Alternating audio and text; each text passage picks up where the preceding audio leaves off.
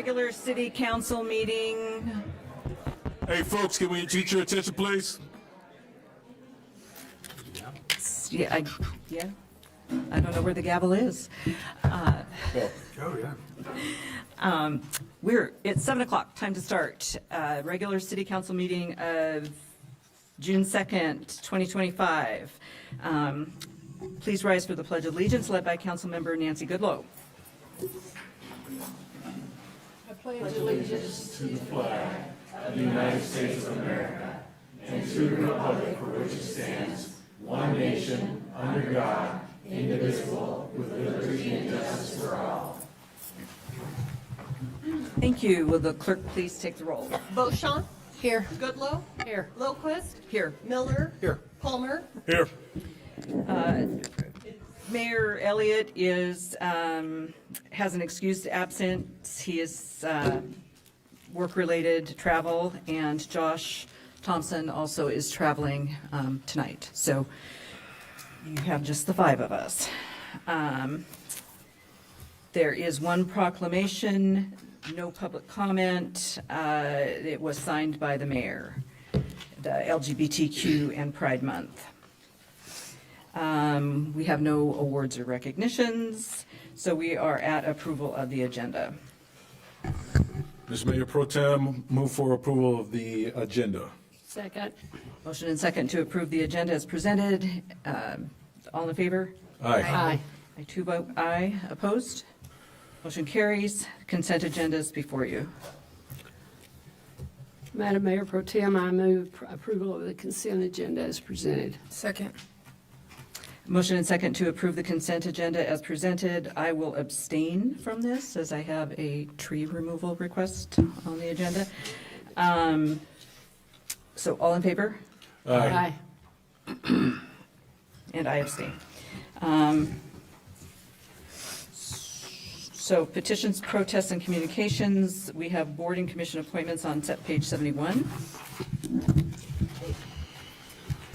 Thank you, Madam Mayor Pro Tem and council members. Tonight you have on the agenda recommendations for appointments to the Arts Commission and also the Parks and Recreation Commission this evening. And I believe Kelly Vandenberg is here to present. Those that are recommended for appointment and reappointment to the Arts Commission. And I think we have a couple people here tonight for the Parks and Recreation Commission. I'll list those names off. For the Arts Commission, we have Matthew Wentz, and then reappointments of Alex Ayre and Jerry Doherty. For the Parks and Recreation Commission, a reappointment of Charlie Smith and Devin Shea, and a new appointment for Ron Parga. Good evening, Council. Kelly Vandenberg, Arts and Economic Development Manager for the City of Ellensburg, and proudly the staff liaison for the Ellensburg Arts Commission. Tonight it is my honor to introduce a new commissioner applicant for the Arts Commission, Matthew Wins. Hello, everybody. My pleasure to be here today. My name is Matt Wins. I've been a Kittitas County resident since 2007, so it's been a while. Lived in Cle Elum for a little bit, and during COVID, I got my Master's of Fine Arts at CWU in graphic design. And since then, I've been an instructor in graphic design at CWU. Eventually, our family moved down here, and we love it here in Ellensburg, and we want to be part of the community, the new Unity Park. I mean, it's so beautiful what's happening in the city right now, and I think I have a 9-year-old daughter in dance, a 16-year-old high school son at Ellensburg High School that he's into computer science, loves it here. My wife is a nurse practitioner that commutes to Yakima, but our home is here in Ellensburg, and we absolutely love it here. I'm an avid music fan. I love theater, poetry. I love it all, really, when it comes to the arts, and I think there's no better way to serve the community than to join the Arts Commission and support that in any way that I can with my graphic skills, organization, whatever it takes to support the arts in this community. So thank you very much. My pleasure to be here. Thank you. And now I'd like to introduce Alex Ayres and Jerry.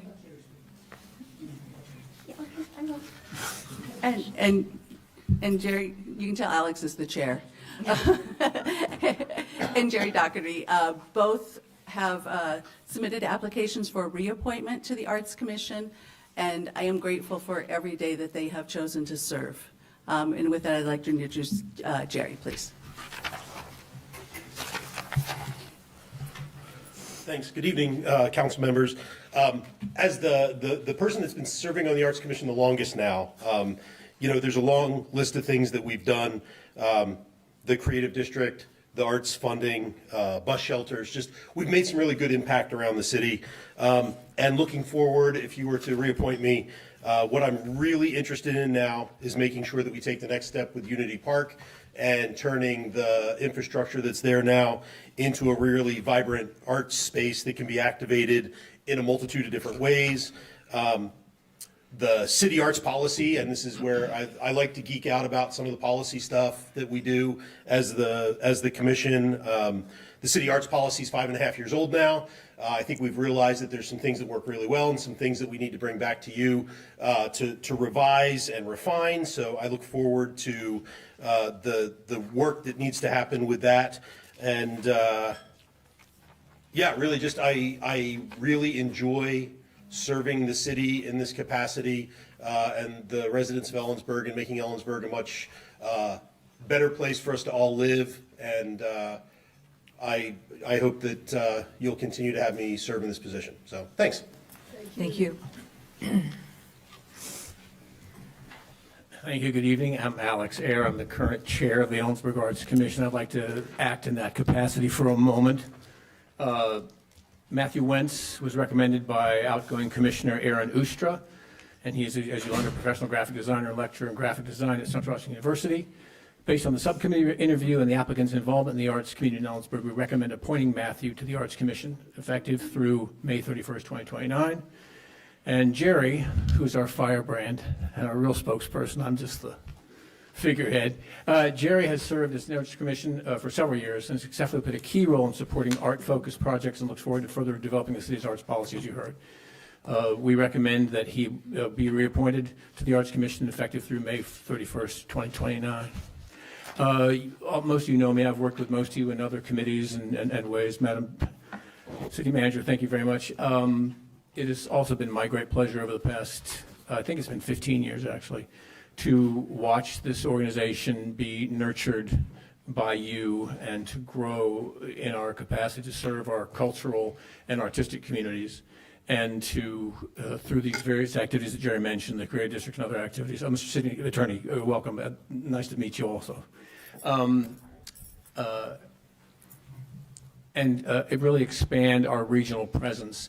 And that's something we've built on to a point where I think we're really going to achieve some really great things in connection with our determination to forward the idea of our creative economy and the great contribution it makes to our city and to our region. So I really love working with this group. It's an ever-changing group, the Arts Commission, but it's always a group of dedicated and devoted people, who almost exclusively are involved in the arts themselves, which is why we're glad to see Matthew joining us. I welcome the opportunity to continue to serve and to presently lead the Arts Commission. I hope you will consider my recommendation favorably. Thank you. Thank you. So, Ron, would you like to join us?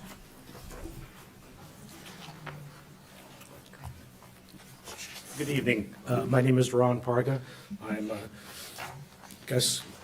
looking at the commission's position, the Parks and Recreation. I've been in Ellensburg probably about 3 years now. We moved from the east side, not the west side, far east, like central New York. I spent 43 years in the dairy industry. I'm a graduate of the University of Georgia, an animal and science degree. I spent my entire career working with dairy farmers, basically, and agriculture and livestock producers. We moved here because of the wind. We like the wind, so we moved to Ellensburg. And my family, my oldest son lives in Seattle. He's currently in the Coast Guard. And my wife's retired as well from New York State. She's a nurse practitioner, works locally here in community health just down the street. She's a lot smarter than me, so she keeps on working. But my interest is in the parks and recreation. Currently, I'm involved with the Kittitas County Railroad History Association, so we're involved in trying to help develop part of the Rotary Park. And that's really sparked my interest. There's a lot of potential for our city parks, and I'm a believer that your city park reflects a lot about the community. So I really think we could have opportunity to develop it further, to reach other people other than just people that are interested in athletics, but help activities for the whole community, which will reflect our community. Because we have a wide range of people across the board, from those that have been here for generations, whether it be farmers or professional or educational, Peaceful University. So I think I've done a lot of speaking public speaking in my roles at working in the dairy business. My last job was with Dairy Farmers of America, which is a farmer-owned dairy cooperative. So that's basically it. If you have any other questions, I'll be around if you want to talk afterwards. So thank you for this opportunity. Thank you. And I would ask Director Case if he wants to add some information about the other applicants. Good evening, Council. Mayor Pro Tem Brad Case, Parks and Recreation Director. So we had interviews on May 22nd, and we had 5 applicants that we interviewed for 3 positions. We have 3 positions that expire at the end of May. 2 of those are reappointments, Charlie Smith and Devin Shea, who have been on the commission since February of 2025, and then Ron Parga. And so the applicants, I think, provide a well-rounded commission with a lot of background and interest in parks and recreation, and I think they'd be a great addition to the commission. So that's all I have to say. Thank you. Thank you. Council, we have Public comment opportunity, or no? this, I believe, is this a public comment opportunity? Yes, it is. Yeah, that's what I thought. Is there anyone who would like to speak?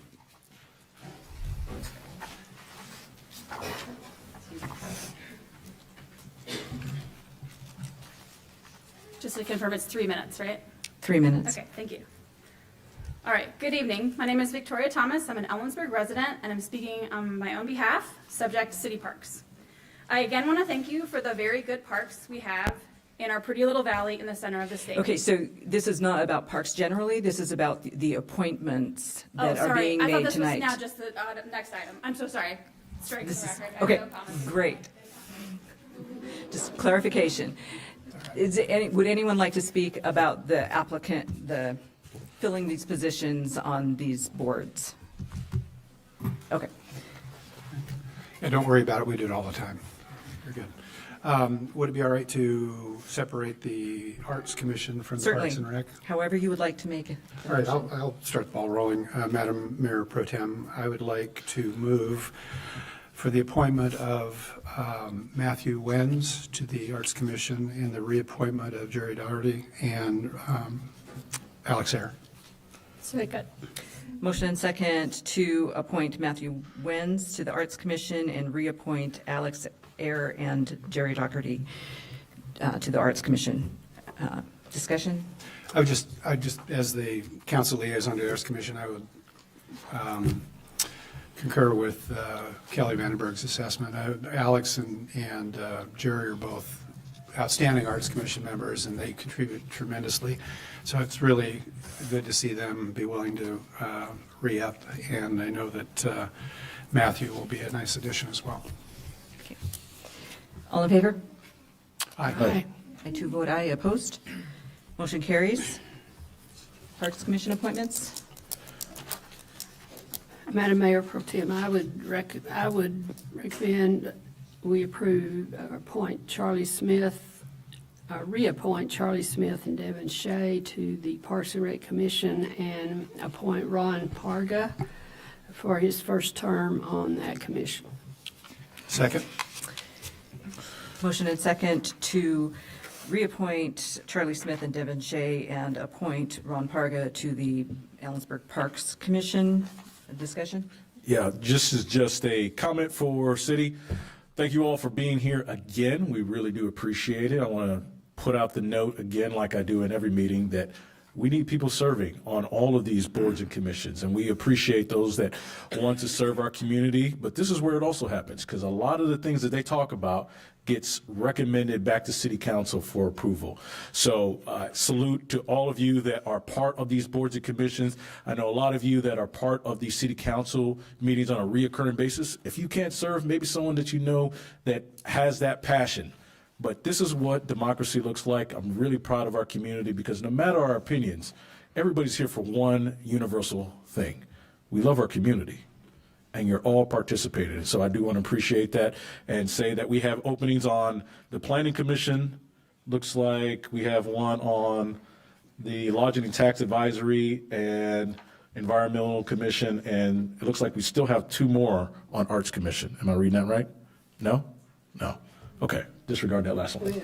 We have an opening on the DEI Commission also. There we go. So participate. That's it. Thank you.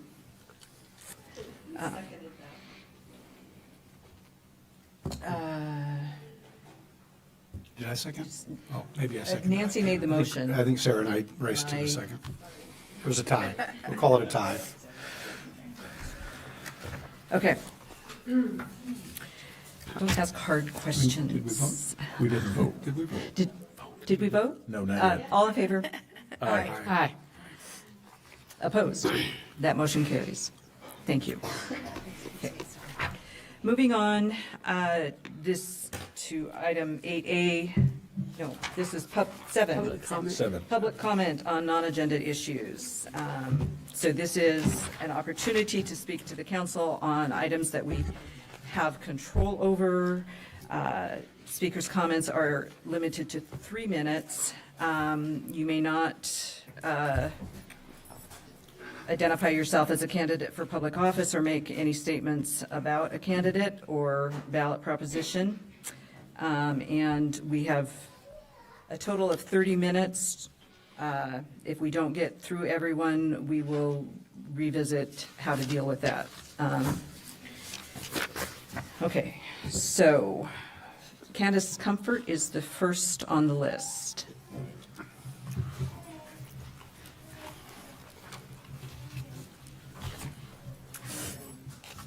Good evening. My name is Candace Comfort. I'm representing myself. I live in Kittitas County, and Ellensburg is my city too. I want to know, are you listening? Do you care? I know you care because I said as much at a meeting earlier this year. You wouldn't be here if you didn't. But the longer I attend meetings, the more I question if you only care about specific things. Pizza Clutch, for example. When the DEI Commission asked you to fund it, you ultimately chose to. You ignored concerns about parental rights. You dismissed concerns that mothers and fathers had about unknown adults speaking on sexuality with their children. You chose to fund the group at the taxpayers' expense despite the fact that Ellensburg High School has counselors, a school-funded Sexuality and Gender Alliance Club, and Pizza Clutch had private funding that fully covered its expenses for 2025. But you did it anyway. It gives the impression that you have an agenda and will do anything to make sure it happens, pushing logic aside. So I want to know, are you listening? Do you care? If you want to show our community that you care, start by taking care of the things that we have. Our city pool is for everyone, not just a select few, and it has been severely neglected. On May 29th, when I was there for my son's swim lesson, the wind was gusting and blew shingles off the roof and walls. I picked them up, and you can see them on the board I'm holding. We have people of all age, race, religion, nationality, sexuality, and gender that use the pool. Had one of these shingles hit and injured someone, you would have had a much bigger problem on your hands than whether people are seeing diversity, equity, and inclusion in our city. You would have a lawsuit. You are setting Ellensburg up for failure by ignoring the things that are crucial, and I don't want to see that happen. In 2022, 1,443 swim lessons were given at the city pool. In 2023, there were 1,615. And in 2024, there were 1,777. This is a steady increase with the rising population of Ellensburg, and we can expect to see it continue.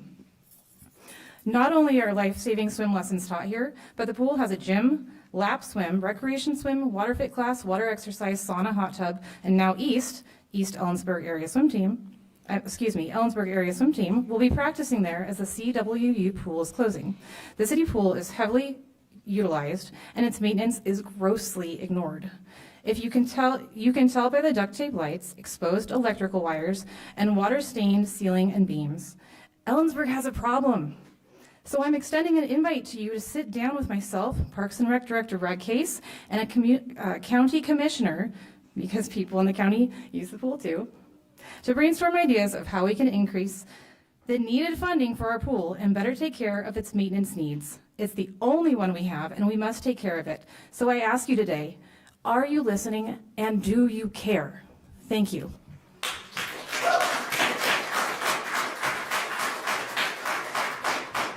Rosie Hall.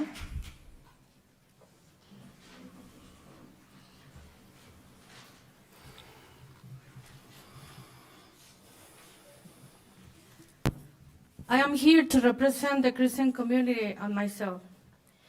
We just recited the Pledge of Allegiance, so I ask you, are you really honoring the Pledge of Allegiance?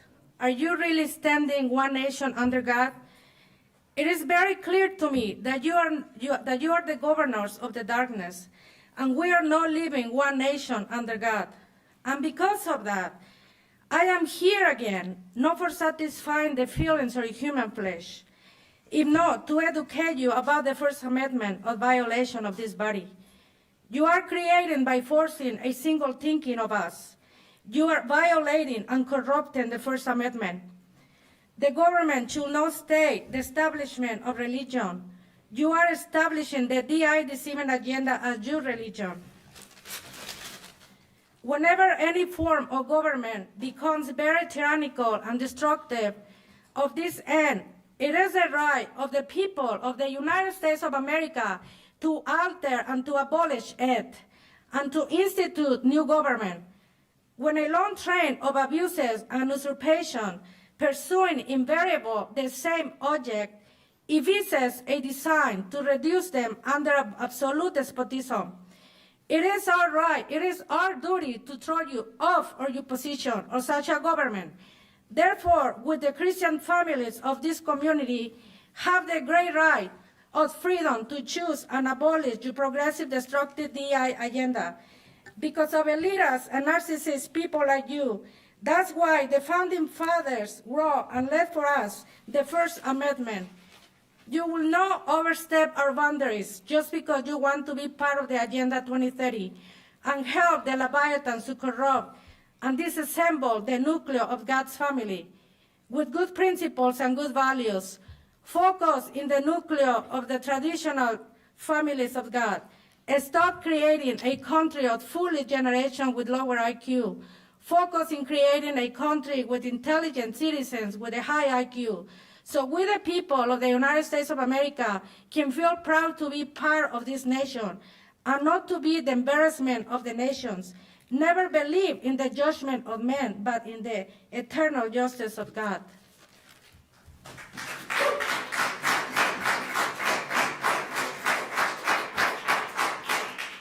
Jennifer Pattison.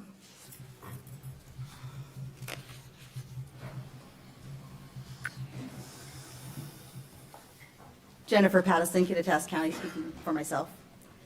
I am again coming to talk about the comprehensive plan. I find Chapter 9 to be out of place in the comp plan. The discussion should be on the comp plan, not on DEI. I went again to a bunch more cities' websites. So I went to Spokane Valley, LaConner, Kenmore, Snoqualmie, Cheney, Grandview, Olympia, Chelan, Tumwater, Ephrata, and Zillah. I picked a lot of these because they're 2A schools. I do a lot with schools, so I understand we go by size-wise, right? So we get to 2A schools. Olympia, in their vision mission statement, says that equality and health will be addressed throughout the entire comp plan. That is what we should be doing. We should be putting these statements in our entire plan. We should not be having a chapter on DEI that can't have a lot of the stuff that you need to do. So I think we should be removing DEI and we should be putting the equality and equity statements in our entire plan.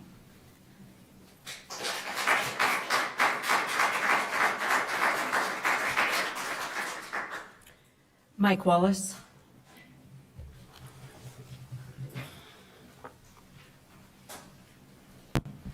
Mike Wallace, represent myself, live in Ellensburg. So nice to see you guys again. DEI is, I'm saying I don't want to be a broken record, but DEI is fundamentally flawed in the sense that it posits certain things that are untrue and demands that everybody acquiesce to them as though they are. Diversity, equity, inclusion, wonderful words. We treat DEI culturally as if that is what is really going on, but it's not. Diversity of thought is not usually welcomed. You are allowed to be diverse if you are only in skin color, if that's what, or sexual orientation, sexual gratification, if we're being honest about the issue. It's much more important, I think, that we figure out those things that unify us as a community. And every time we point to the things that make us different, it is disunifying.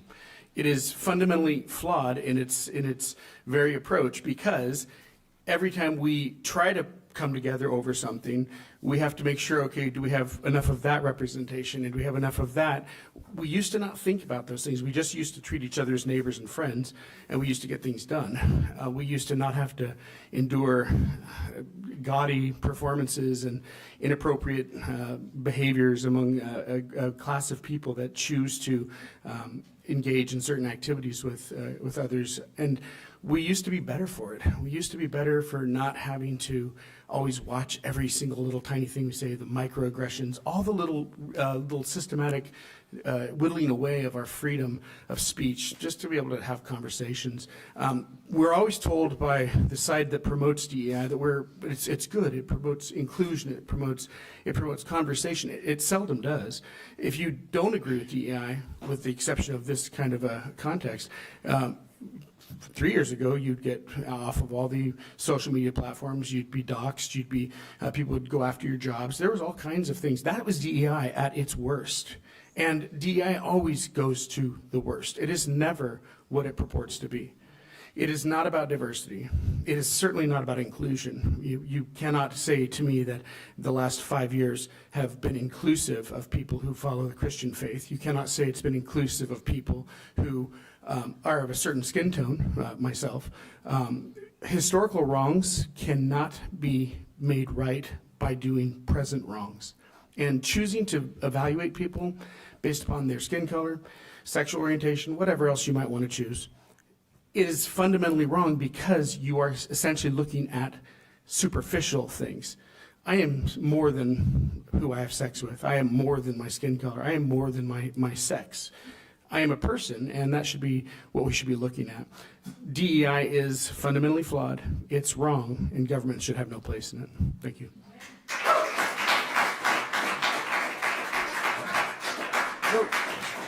Rocio Ramirez.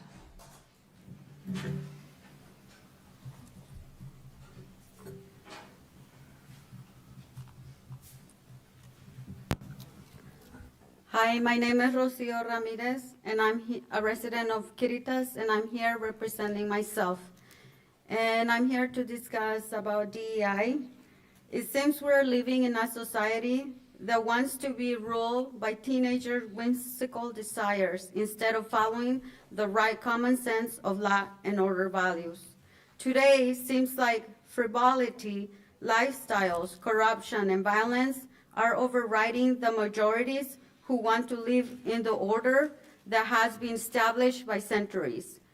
Today, politicians are being subdued to the desires of a minority and not by justice and the well-being of all. The values that made our nation great, unfortunately, are being penalized, and the minority that wants to change the world and our way of life that was established by God, it's being given all the support. Today it seems like anyone can pretend to be a child, a man, a woman, and even an animal as they please, and demand an exclusive inclusion as if they were some kind of God, and overlook the rights of all of us who want to live according to the order that was established. Unfortunately, the implement force and support the state has given to the minority. Today, we are indoctrinated and confused against our will, and us who oppose it.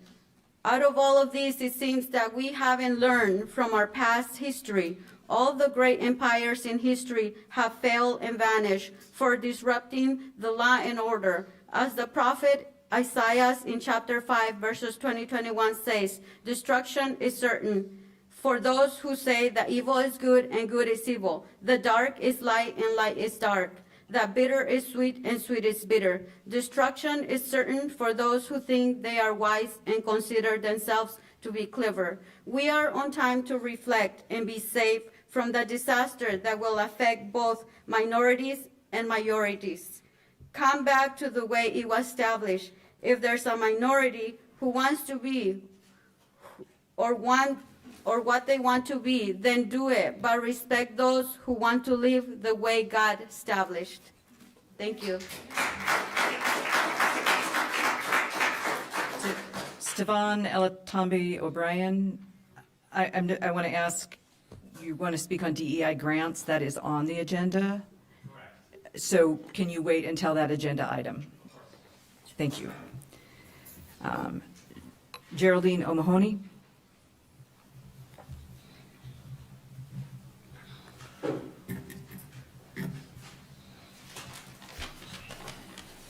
Good evening, council members. My name is Geraldine O'Mahony and I'm a resident of Ellensburg. I'm here tonight to speak in support of the city's continued investment in diversity, equity and inclusion, and to speak to the broader meaning of community. At recent meetings and tonight, I've heard scripture quoted, sometimes to justify opposing DEI, often targeting LGBTQ people or those who don't fit a narrow vision of morality. So let me offer a reminder from Scripture too. Give unto Caesar what is Caesar's, and give unto the Lord what is the Lord's. That line speaks to the separation of religious authority and civic duty. And this council has a civic duty to serve the entire community, not just those who share one faith, one tradition, or one interpretation of Scripture. This is not a Christian government, and even if it were, no one is being forced to live out the teachings of Christ. No one is being compelled to love their neighbour, to welcome the stranger, to care for the vulnerable, or to bring justice to the oppressed. All the things Christianity is about. But when the city chooses to fund programs that do just that, like Spanish language art workshops, concerts with ASL interpretation and lyrics for the hearing impaired, or a Juneteenth celebration that centres Black history, you're choosing to reflect the dignity and humanity of people who have too often been pushed to the margins. Some say these grants are unnecessary. I'd ask them, unnecessary for whom? Because for the people attending these events, hearing their language, seeing their culture reflected, being included, these grants are not charity. They are recognition, they are dignity. This community is not just Christian, and Christianity itself is not a single voice. It includes people who affirm LGBTQ lives, who believe inclusion is sacred, who see justice as a holy calling. Community doesn't mean conformity, it means connection. DEI isn't about dividing us, it's about giving everyone a seat. So thank you for continuing to invest in a city where everyone, regardless of race, language, ability, orientation, or faith, is part of the we in the we as people. Thank you. Thank you.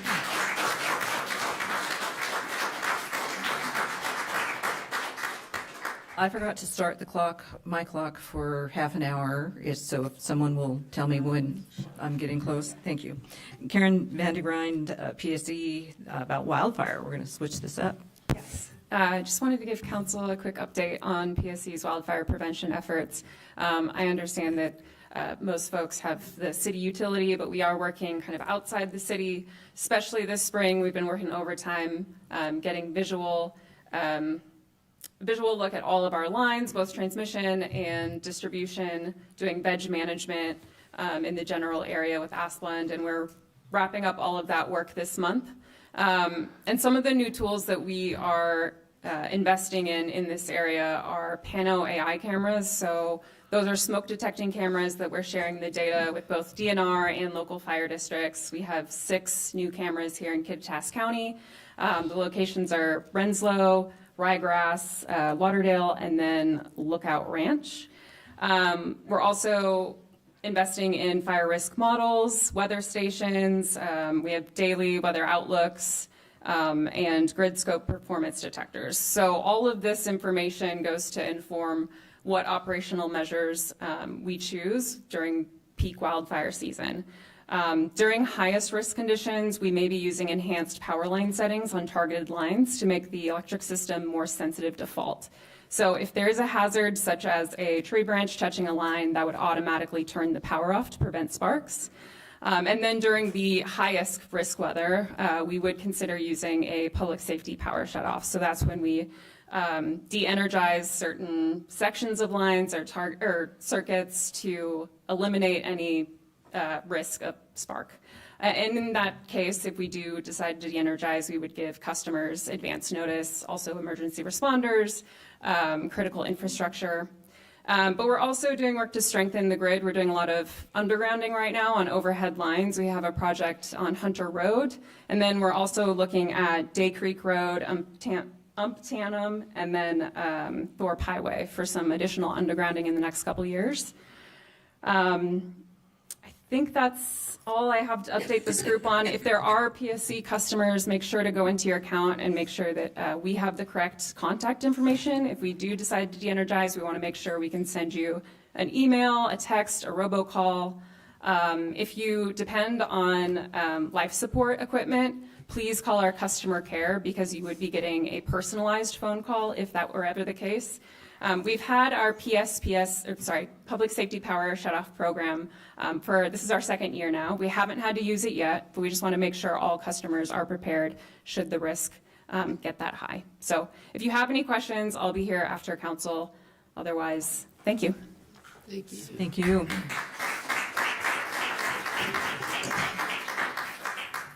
So Alea Tomby O'Brien also, right? You're going to wait for the agenda. Great. Thanks. Adria, regarding the comp plan. Sorry, I get so nervous. Sweaty. Okay. Because it means a lot to me. My name is Adria Bezdacek. I am a county resident representing myself. So after reading Chapter 9 on Diversity, Equity, Inclusion, DEI, I keep coming back to a fundamental question. Where specifically does exclusion currently exist in our city? What policies in Ellensburg actively exclude people? On the very first page of the chapter, there's a summary box. Bullet point 2 states, policies that seek to make the city resources more accessible to all. Again, I ask, where is the exclusion happening? Let's identify those areas clearly. Bullet point 3 says, policies intended to support a culturally inclusive community where all people experience a sense of belonging. I want to know what existing policies contradict this. Shouldn't we fix those first before adding a whole new chapter? Then I kept reading, and I got to the first page of the whole comprehensive plan, introduction. And the DEI has already been fully infiltrated in the whole thing. It's there. Every word, everything, it's already in there, so this is redundant. To have a Chapter 9 is redundant. Then also the phrase benefits all residents is followed by a long list of race, gender, religion, but not mine, sexual orientation, ethnicity, nationality, immigration, status, socioeconomic status, language, ability or disability, age, religion, commitment, or political perspective. Yet, if you go deeper into the introduction, page 4, it's clear that the subcommittee specifically chose to conduct interviews only with members of non-Christian religions. That's actually listed in there. That decision raises concern. Whether or not you believe Christians are marginalized, excluding their perspectives in this kind of outreach is in itself a form of bias. On page 5 of the introduction of the comprehensive plan, where you listed Ellensburg community's heart and soul, they give you a list of values. Family is noticeably absent. I feel that the focus has shifted so far towards Central Washington University and its transient student population that current residents, the families who've built this town, are being overlooked. College students come and go. That's the nature of a university town. But the people who remain deserve equal consideration. We need a better, safer, family-oriented recreation, for one, I also question whether a separate DEI chapter, and I already talked about that. Lastly, I want to express frustration with how DEI policies at both the state and local levels have been used to justify and simplify actions that may in our community find troubling, such as genders in the ladies' bathrooms, in the public facilities, even putting, this breaks my heart, friendship days on the door of our government offices on national holidays that are earned by our military people. That breaks my heart. This facility is not closed for Friendship Day. This facility, you guys get the day off. People get the day off because of someone who worked really hard for it. And I feel like a dismissal of our values and our history and even our rights have taken place. This is not a rejection about inclusion. It's about ensuring that everyone is included, including people of faith, families, and women who fought for recognition. Before adding or expanding initiatives, I urge the council to pause and ask, are we truly listening to a full spectrum of Ellensburg voices? Adria, your time is up. Thanks.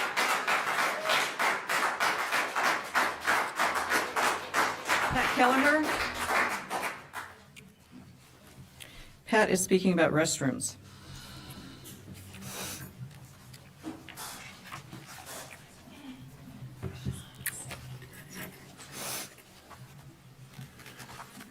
Pat Keller, Kittitas County. I'm here to speak about public showers. One of the things you heard at your joint meeting with the county as a recap of the cold weather shelter was what we heard was they really appreciated showers and getting a shower once a week. Things that we take for given as to a bathroom and a shower. There's people in our population in survival mode that seek those every day. You have the opportunity to provide showers at a relatively low cost. Currently, the people's option, if they call Hope Source, is they can come down and get a daily shower pass to the pool, which I don't object to. But pool showers are designed to rinse off before you enter the pool. That was the rule. You had to take a shower, you had to rinse off. They're really not there to provide grooming facilities. You have a rock house bathroom at 3rd and Main. I've sent you an email detailing the specifics that could be easily converted with a hot water tank and a shower head into a public shower facility at relatively low cost. How it would operate, I think, would naturally occur. This isn't a new issue to me. I took advantage to see the religious cold weather shelters 2 years ago. They had one shower facility in rotation at the First Lutheran Church. That shower facility was set up for a church. It was a single stall, non-ADA. It could handle no volume. We owe the people sanitation, hygiene. You go into the public library, they have placards on the table during the winter. Hey, if you smell, you need to take care of it, or we can't have you here.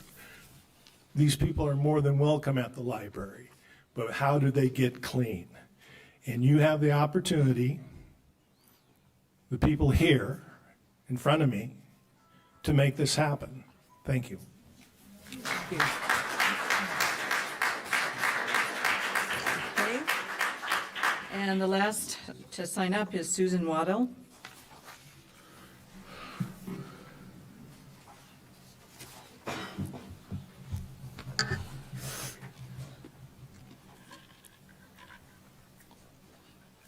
Hi, my name's Susan Waddle, and I grew up in Ellensburg. I moved here in 1968, and I have gone through school here and live here now in the city.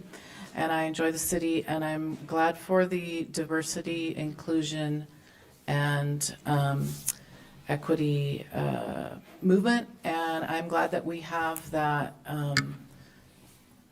campaign on our own council, and I don't mean the word campaign so much, but the commission, yeah. I really did not prepare my words properly, so I'm a little bit nervous, but I did want to speak in support of the Pizza Clatch and as an Ellensburg High School alumni.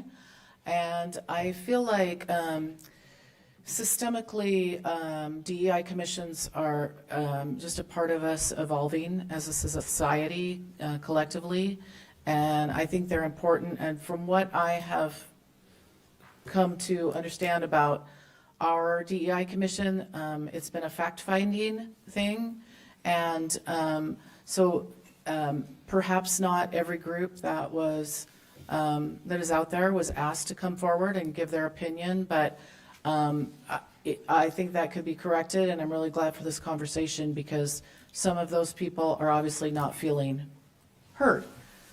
I feel like some of the problems with Pizza Clatch are, of course, there might be a general presumption that people don't want to have their kids be gay people, gays and lesbians. They want their kids to be straight like they imagined what they would support. And I feel like the fact is 10% of the population is gay and lesbian, and there's a wide variety of sexual identities that get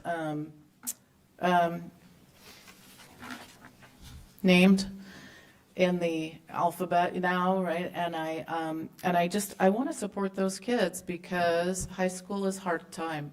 I'm not even in high school dealing with climate change. I'm not dealing with the pandemic of COVID. I'm not dealing with fentanyl. I'm not dealing with, I didn't deal with any of that in high school, and as an adult, I'm not dealing with it in the same manner of being a teenager, but I am dealing with it, and it's super stressful, our world, and I don't want those kids to kill themselves. And I think it's suicide prevention, and I think it's a really positive thing for them. And I just want to put a word in to support it. Time's up. Thanks. Thank you, Susan. We have 1 minute remaining. Can you say something in 1 minute? Is it Victoria? Oh. We can make a motion for doing comments at the end of the meeting. So I'm going to make a motion that we allow an additional 20 minutes at the end of our scheduled agenda so that people that didn't get an opportunity to speak have the opportunity to speak. I'll second that. Motion and second to add 20 minutes to the end of the agenda for citizen comment on, public comment on non-agenda issues. This is non-redundant. Non-redundant and non-agenda. And not the same. People can't speak twice. This is for new people, right? Yeah, we're trying to do that. So, all in favor? Aye. Aye. I too vote aye. Opposed? Motion carries. Okay. So, item 12C, I guess, is additional comments. Public comment. Yep. Okay. So thank you, everyone, for respectfully listening to each other and for presenting your comments to us. We are at item 8A. This is a closed record hearing for a rezone application, P25017, industrial light to regional center mixed use zoning. And we'll do what's proposed is the first reading of the ordinance. And I need to read a script. This is a closed record quasi-judicial hearing in the matter of the application for rezone approval submitted by TAJ LLC. The purpose of this closed record hearing is for the city to consider the pertinent facts, applicable law, and to make a final decision in the matter of the application to rezone parcel 95442 from light industrial to regional center mixed use, RCMU, submitted by Michelle Jensen, agent of TAJ LLC, property owner, number P25017. The closed record hearing is now open. I ask for your cooperation in the following procedure. This is a closed record hearing. There has already been an open record hearing before the hearings examiner where evidence was submitted and testimony received. Under state law, there can be only one open record public hearing allowed in this proceeding. This closed record hearing means the council bases its decision only on the record developed at the public hearing previously held before the hearings examiner. No new testimony or introduction of new materials or evidence is allowed. Only city staff and those persons who already participated in the open record hearing, either through written comments or oral testimony received by the hearings examiner, can participate in this closed record hearing. Those who can participate, if they so choose, are Simon Vickery. Comments or arguments must address only the record established during the previous open record hearing before the hearings examiner and be directed to the issue of whether the hearings examiner's decision should or should not be adopted. If anyone presents comments that are not based on fact in the record, anyone may make an objection. If an objection is made, the person speaking will stop until the issue of the objection is resolved. The city clerk will be making a recording of the proceedings. When you are invited to speak, begin by stating your name, address, and indicate whether you are speaking for yourself individually or as a spokesperson for a certain group or both. Speak slowly and clearly. Only one person will be allowed to speak at a time. Any questions of staff are to be directed through the council. The city council seeks to conduct this hearing in a manner that is fair and unbiased in both appearance and fact. Therefore, I would ask the council members the following questions. Does any member of the council have an interest in this property or issue? No. Nor do I. Will any member of the council obtain any financial benefit or suffer a financial loss as a result of the outcome of this hearing? No. No. Nor do I. Nor will I. Does any council member believe he or she cannot hear and consider this matter in a fair and objective manner? No. No. Has any council member engaged in communication with opponents or proponents regarding this issue outside of the public hearing process? If so, that member must place on the record the substance of the communication so that other interested parties may have the right at this hearing to rebut the substance of the communication. No. No. Is any council member employed by a party which has a direct or indirect interest in the property, the value of which will be affected by a decision in this matter? No. No. No. Will any council member be employed by a party for which the potential employment may be a result of the decision in this matter?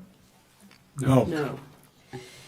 Is any council member a member of or involved in such associations or organizations, whether formal or informal, which take a position on the application?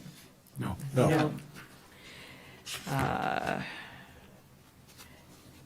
Is any member of a council member's family or any person with which they have a social relationship an advocate or witness who has provided oral or written testimony or argument in this matter, or will provide oral or written testimony or argument in this matter? No. Oh. No. Is there anyone present at this time who objects to my participation or any council member's participation in these proceedings on appearance of fairness grounds? Seeing no one, before we hear from the audience, is there a staff report to be presented? Yes, there is. Thank you. Good evening, Mayor Pro Tem. Good evening, council members. My name is Chase Peterson, Associate Planner with the City of Ellensburg Community Development Department. Here tonight presenting on project file number P25-017 a site-specific rezone for TAJ LLC. The subject property is located at 902 North Enterprise Way, parcel ID number 954442. The current zoning designation of the subject property is light industrial. The applicants are proposing a change to the zoning designation of regional center mixed use. This site-specific rezone was required to go through State Environmental Policy Act review. A SEPA determination of non-significance was issued on April 24th, 2025. The SEPA appeal period ended on May 8th, 2025, and no appeals were received. As part of the public comment period for both the SEPA and the site-specific rezone, community development did not receive any public comments. One agency comment was received from the City of Ellensburg Public Works Department. Their comments primarily focused upon potential future development requirements. As a part of this rezone, no additions or development are being proposed at this time. Any future development will be subject to the applicable municipal code in place at that time.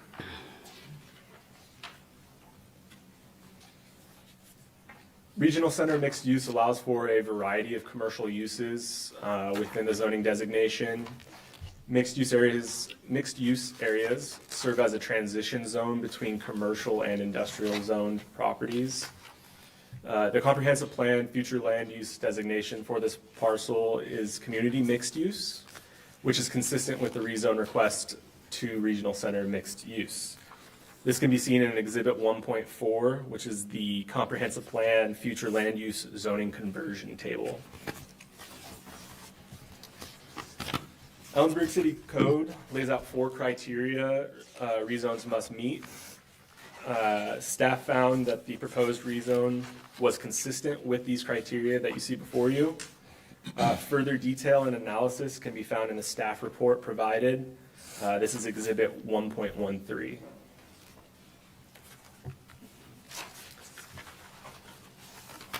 An open record hearing was brought forth to the City of Ellensburg hearing examiner on May 13th, 2025. Based on the project record and analysis found in the provided staff report, the hearing examiner recommended approval of rezone request P25-017 as presented from light industrial to regional center mixed use.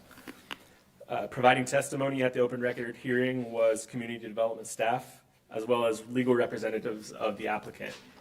No members of the public provided testimony. Staff recommends to City Council tonight to approve rezone request P25-017 as presented from light industrial to regional center mixed use, and to conduct the first reading of ordinance 4963. Thank you for your time. Thank you. And continuing with the script, does the applicant's representative, Mr. Vickery, have comments or arguments he would like to make at this time? If so, please remember your comments must be limited to the evidence in the record established by the hearings examiner and must not include or refer to any new evidence or materials outside of the hearing record. Is Mr. Vickery present? And he's not online.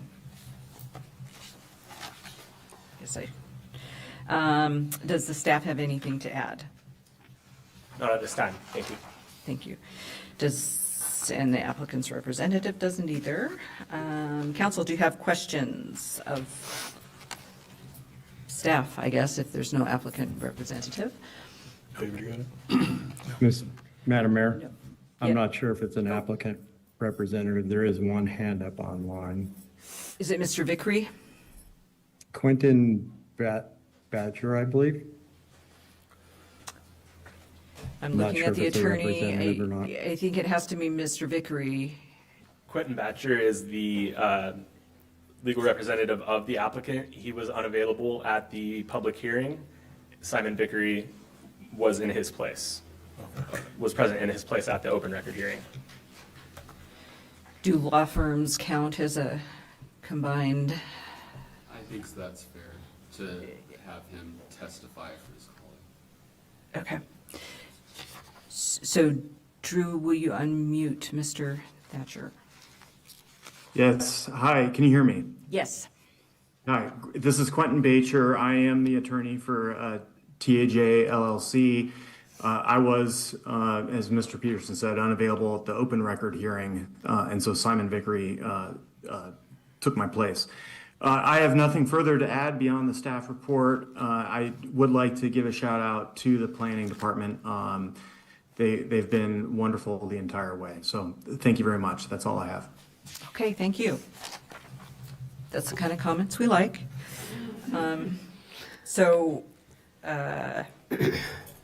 Okay, so before closing the public hearing, I wish to advise everyone present that the council reserves the right to reopen this hearing for additional questions or take additional comments later tonight or at a continued hearing if needed.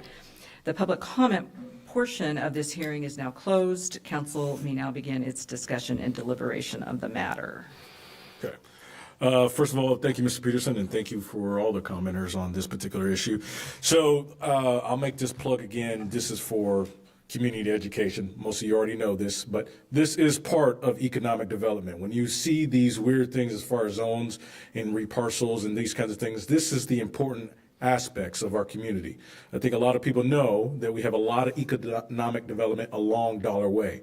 These rezones help to benefit the developers and the financiers to bring local businesses to Ellensburg.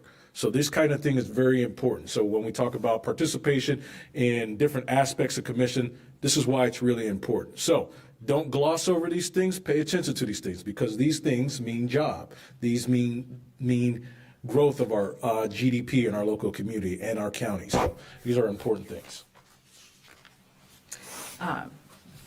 Is there a motion? Yeah, was there a motion? I was kind of waiting. No, that was me. That was me on a chair for a minute. Let me, Madam Mayor Pro Tem, I move to approve the rezone application request P225-017 to rezone parcel 954442 to regional center mixed use and adopt the hearing examiner's recommended findings of fact, conclusions of law, and decision, and to conduct first reading of ordinance 4963. I'll second. Motion and second to move to approve the rezone and adopt the hearings examiner's recommendations. Is there discussion other than what Delano already I think commented? Councilmember Palmer said it all, I think. I'll shut up. Okay. In that case, is all in favor? Aye. Aye. I too vote aye. Opposed? That motion carries. An ordinance of the City Council of the City of Ellensburg, Washington relating to zoning and amending Title 15 of the Ellensburg City Code by changing the zoning classification of certain property within the City of Ellensburg from light industrial IL to regional center mixed use, RCMU. Thank you. We are at item 9A. This is ordinance 4962. This is the second reading of the expansion of the low-income utility discount program to include 40% AMI. Excellent. Good evening, Mayor Pro Tem and council members. Heidi Barron Sternaway, City Manager. I'm standing in for Buddy Stanovich, our Energy Services Director, who is at a conference this week. You have before you a recommendation to move and conduct second reading and adoption of ordinance 4962, extending the low-income discount program eligibility threshold to those at or below 40% of AMI. And if you recall from the last meeting on May 19th, where you conducted first reading, in 2018-2019, the Council and Utility Advisory Committee had done some extensive work to shift and align our low-income programs. And again, these are low-income qualifications for our senior and disabled customers, really across the utility classifications. And in that process, there was an inadvertent change that was left out. One of the principles that both the UAC followed and the council followed is no customers left behind. And when the ordinance itself had moved to 125% of the federal poverty level, and it was previously at the 40% of the AMI, which is the area median income, those are fairly similar, but there's some differentiation when it comes to family household size.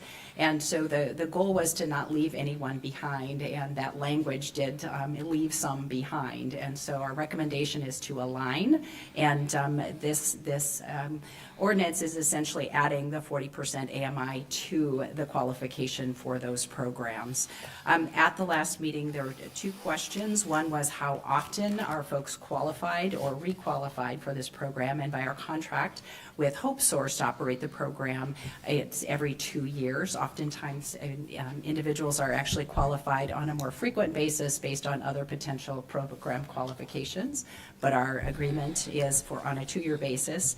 And the other question was, how much does this program cost? And in 2018, 2019, we did a cost of service analysis when we were looking at the options for the low-income programs and aligning those programs roughly, and across all of the programs, there was about a $200,000 cost, and again, across the utilities. As we look at the budget and also the actual dollars spent across in this same program for the last few years, that number has stayed very consistent. And so this change does not increase that number, and it has been fairly consistent over the last few years. So our staff recommendation would be to conduct the second reading of this ordinance, and I'd be available for questions. Thank you. Does anyone from the audience have comment on this item regarding utility low-income rates? Council, do you have questions? Yeah. So this is, since this is a second reading, I want to make sure, again, for audience participation and understanding of this, for the folks in the audience that aren't able to see this or don't have the information in front of them, just so you understand what that net cost of service includes. It includes electricity, water, sewer, stormwater, and gas.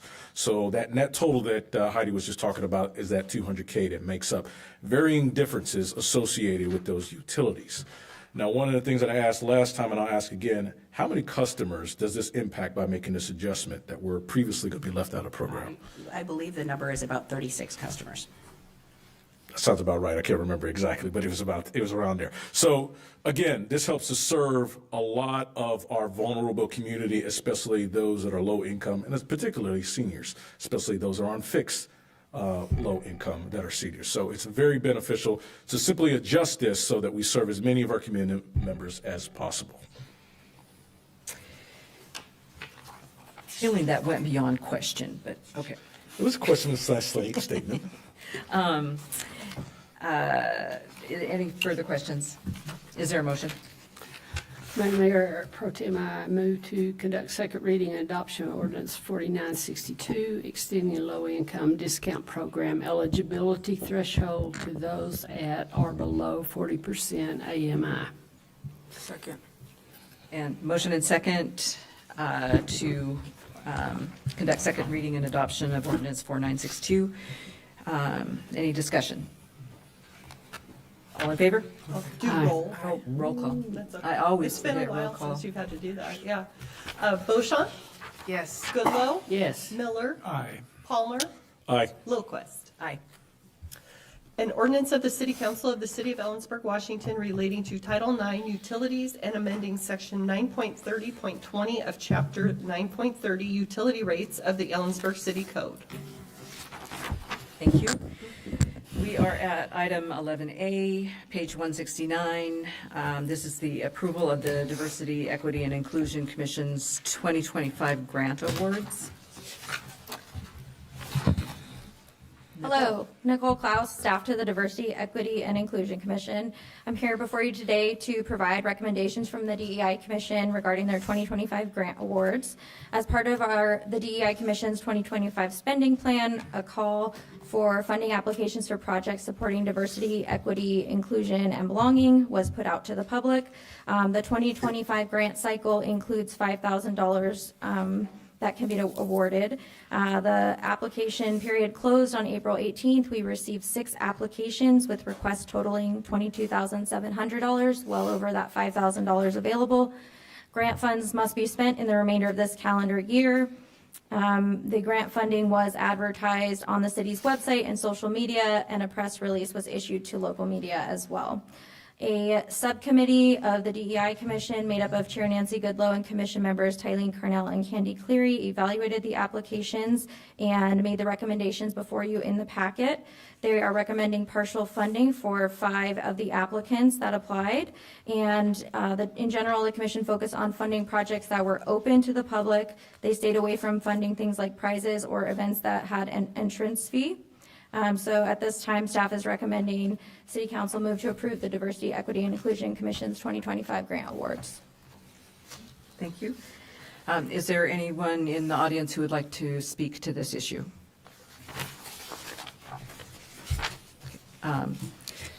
The O'Briens, Stevana.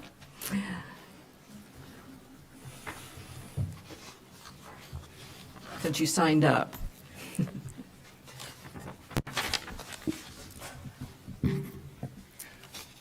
Thank you. Good evening, Mayor Pro Tem and City Council. My name is Stevana Eliatumbi O'Brien. I am a resident of the city. I'm speaking on behalf of myself. And I'm here to speak in support of the DEI Commission's grants. And specifically, I want to talk about the inclusive fly fishing program that's been funded through these grants. This is one of those programs where the goal is to open up fly fishing to a much broader audience, and specifically audiences traditionally excluded from this kind of activity. It opens the sport up to more broadly by expressly including the LGBTQ plus community as well as Latinx communities by offering Spanish language instruction. And this is exactly the kind of programs that the city should support, and I know is in front of you right now. It's the kind of small investment that has a very, very profound effect on communities that might not traditionally have easy or any access to these activities because they've been excluded. The program itself is also not exclusionary. Anyone of any identity can participate in these kinds of programs, and this is exactly how the DEI Commission has put forward their grants. This is a second big benefit of these kinds of programs. It gives opportunities to folks from Ellensburg of different identities, different backgrounds to meet and interact with neighbors that they might otherwise not meet. And this is part of how we build community, and it's a big part of how we strengthen and grow Ellensburg's community into a more equitable one. And that growth isn't going to happen accidentally. It takes effort, takes energy, and it takes the hard work of the groups that are in the grants before you, and so many other innovative community groups in the city and in the county. The overall grants budget for the DEI Commission is really quite small, but each one of these grants can have a profoundly positive impact on our city. And I just urge you to please continue supporting these programs and approve the Commission's grants. Thank you. So, just a clarification. So, the fly fishing program is not included in, you're not advocating that we reallocate, that you're just speaking to a past project? Correct. No, I'm not suggesting you reallocate at all. I just want to speak about the benefit of a program that's already been funded through the grant cycle last year.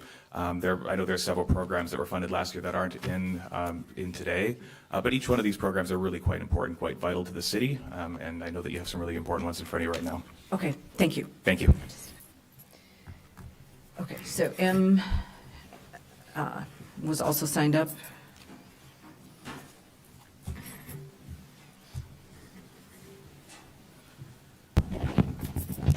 Good evening. My name is Emily Tumby O'Brien. I am a resident of Ellensburg, and I'm speaking on behalf of myself. So we have several city grants available, and it is the purview of all city governments to foster them. We have them for enhancing opportunities in our community. This includes arts, parks, and historic preservation. I'm from a small town, and when I moved here, I didn't think I would see the immediate benefit of arts grants and historic preservation, and now I couldn't be prouder of what we do to support community and grow culture via these grants. Beyond retaining residents, they attract those returning to the county to move and retire here or raise families or stick around after graduating. In short, they are good for business. Beyond functionality, the diversity, equity, and inclusion grants have been used with tremendous success.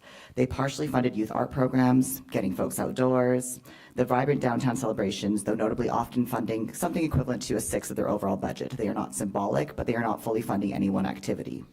Organizations putting on these events take them on with great effort to their volunteers and staff. In other words, you cannot functionally use these grants without considerable effort and time invested in the organization. I cannot speak for them all, but they often end up costing time and energy, but are paid back in dividends by the new people they attract and bring in, who become ongoing supporters and bring in their own friends and family. That is sustainable thinking. A great example from last year, and we didn't plan this, would be the inclusive fly fishing on Father's Day grant. The Yakima River's Headwaters Trout Unlimited received $500 to fund a fly fishing and sustainability clinic open to all. Despite the rain, 32 individuals were present, and this included Spanish language instruction by a local fishing guide who works for one of our small businesses. The event was marketed to all, with seats reserved for people currently underrepresented in fly fishing sustainability events, like orgs like Trout Unlimited focus on: women, members of the LGBTQ+ community and their family and friends, and Black, Indigenous, and other people of color who might not have exposure to fly fishing before or the work of Trout Unlimited. There's never any quota within these grants, and they're not limited to singular or collective identities. They simply open up and encourage a diversity of experience. Similarly, this year, we've seen 2 grants that directly fund translation access, from ASL and music events to Spanish instruction for youth in the arts. Given conversations across all backgrounds in this very room about the need for language access within our city, this seems like a great use of funds to support work the city itself cannot do without constituent and organizational support. We need spaces where access is prioritized, and the ADA or Civil Rights Act simply don't cover these particularities, and they had nothing to do with employment or public spaces. Again, to imply that ADA, Civil Rights Acts, fair housing, or any singular legislative act, as has been suggested to council previously, can comprehensively address all needs, fully misses what these laws entail. We need granular and local solutions to community needs. Equity and inclusion practices strive to listen to and fill these needs, including through conversations members of the Diversity, Equity, and Inclusion Commission have had with many city groups, including 2 local churches. 3 of these grants that include back-to-school events and supplies for youths and skiing accessibility may never benefit my household directly, but I'm so proud that families seeking to move here will see that this is what the city supports. I'm not a Black American, but I can't imagine a way I don't benefit morally and as part of my own humanity to see the city celebrate the officialized end of slavery in the United States. In short, I'd urge City Council to think where these needs are being met, what opportunities the request funds identify, and how small portions of our overall budget encourage folks to be involved in these opportunities. Thank you so much. Thank you.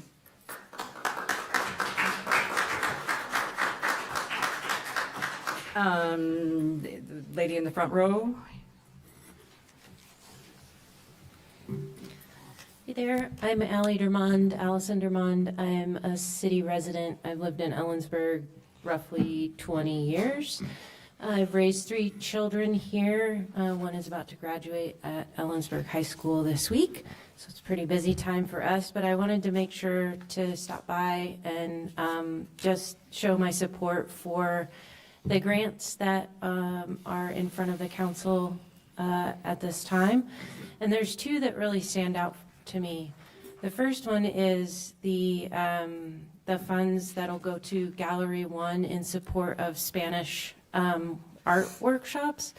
My middle child participated in Clay Club since she was like a little kid all the way up through high school, and then she volunteered with the art teacher there in high school for a couple years for her volunteer hours, but also just because she loves being there. And so I know how valuable that opportunity is for kids in our community, and I know just from knowing people how difficult it can be to enter spaces where you don't know the language. And so creating an environment where kids who are more comfortable speaking in Spanish can get exposure to that art room and the gallery, I think is an immensely beneficial project. The other one that stands out to me is a little bit more personal and kind of not as direct, but things like after-school skiing, those types of activities were really off limits for me as a child because I had a single mother, and so time, money, trips to transportation to get there was always really hard. I didn't have access to that stuff, and really could have benefited as a kid getting outdoors and learning a new skill and falling down the mountain. Probably could have been really beneficial for me. So if that money goes to fund a couple kids getting out, seeing the mountain, getting away from downtown or whatever, I think that also is really, really beneficial and certainly harmless. So I hope you will pass the budget. Thank you. Thank you. Teresa?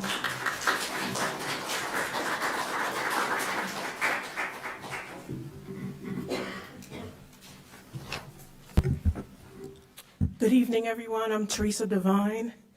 Oh, I didn't want to speak today, but I will. I know many people despise my presence here in this town, and I ride my bike often, and I get yelled at obscenities when I'm stopped at a light. But despite that, I do serve this community, and I want to thank the DI Commission for funding my nonprofit. I run the Ellensburg Bail Fund. The Bail Fund allows people who have been arrested for small offenses to come back home to their families, to their jobs, so they don't lose their housing, and be able to be home and fight their cases in a space of freedom. And we know that those who are able to go home and get bailed out are more likely to win their cases. So thank you for giving us a grant to get more paraphernalia and to do a video so that the community knows we're here and that we want people to have a second chance. And I just want to give you an idea of the type of people we bail out. I had a 67-year-old guy who was getting arrested all the time because he didn't have a license, and I kept bailing him out, and the correctional officers are like, he's back again. But we have to, because jails are really hard on the body, and an older person like that did not deserve to spend weeks in jail. And the part of the bail fund is that if you come back to court and finish your case, we get our money back. And so it keeps us sustainable. And that older man came back and we got our money back.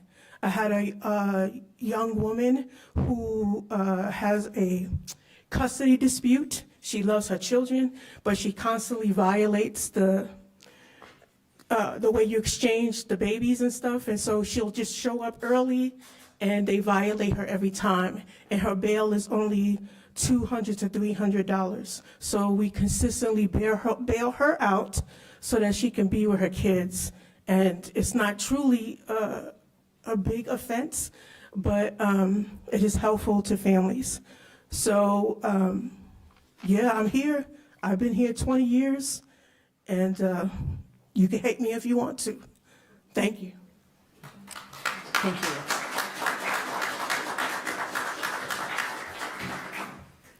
Lady on the end. Hello, my name is Deborah Scott. I'm a resident of Ellensburg, and I'm speaking on behalf of myself. I want to thank you first, as a council, for your responsible fiscal leadership. It appears to me, as a relatively new resident of Ellensburg, that this town is doing financially pretty well. And we know that even in this area, that's not the case. So first, I just want to say thank you for being so fiscally responsible. Second, I want to say that I'm in favor of diversity, equity, and inclusion. I'm in favor of the commission. We know that it was founded in 2021, and since then, these grants have been going out. I don't believe that there's ever been an uproar about them before now. Just a comment. I support providing the funds to the Diversity Commission to make sure that the people who are left out get in.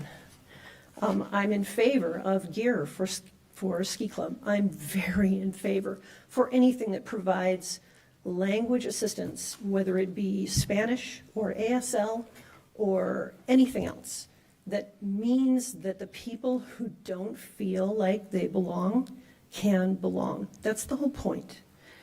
I applaud the council for creating an investment in the city's children. I also think it's incredibly good planning for you to provide funds to the Diversity Commission, which creates these grants. Then that grant money is spent at local businesses that support children and adults in this community. Then part of that funding comes back to the city because sales taxes. This is the way that government should work. You support your businesses, who support your community, who support your businesses. So Thank you for doing that good work. $5,000, 0.004% of the city's $127 million budget. We shouldn't be arguing about this. 0.004%. Thank you for all of the people who will experience joy out of 0.004% of the city's budget. Thank you. Mr. Moore?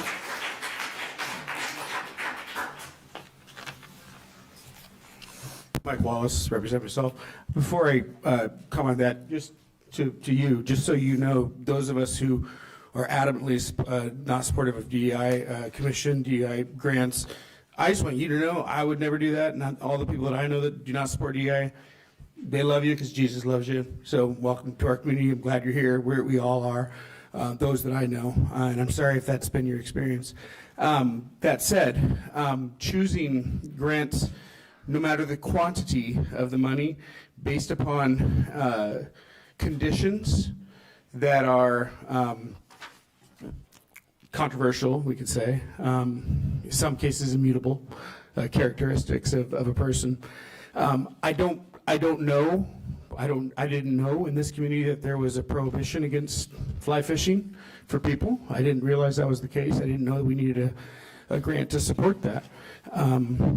I don't know that these things exist. I know there's probably right now going through the mind of many people the little chyron underneath the TV screen, you know, in their brain it's like, well, yeah, that's because you're a white guy. But no, it's not, because it's just because I know that there's all kinds of resources for people if they choose to avail themselves, if they choose to seek them out. Sometimes they don't know how to find them, and that's true, but there's the library, there's other opportunities, there's all kinds of avenues. But choosing to give money, taxpayer money, predicated on an idea of something like DEI is in itself wrong. We're supposed to be, one of the constitutional provisions that we are provided as American citizens is that we are treated equally under the law. That means equal treatment of grant disbursements.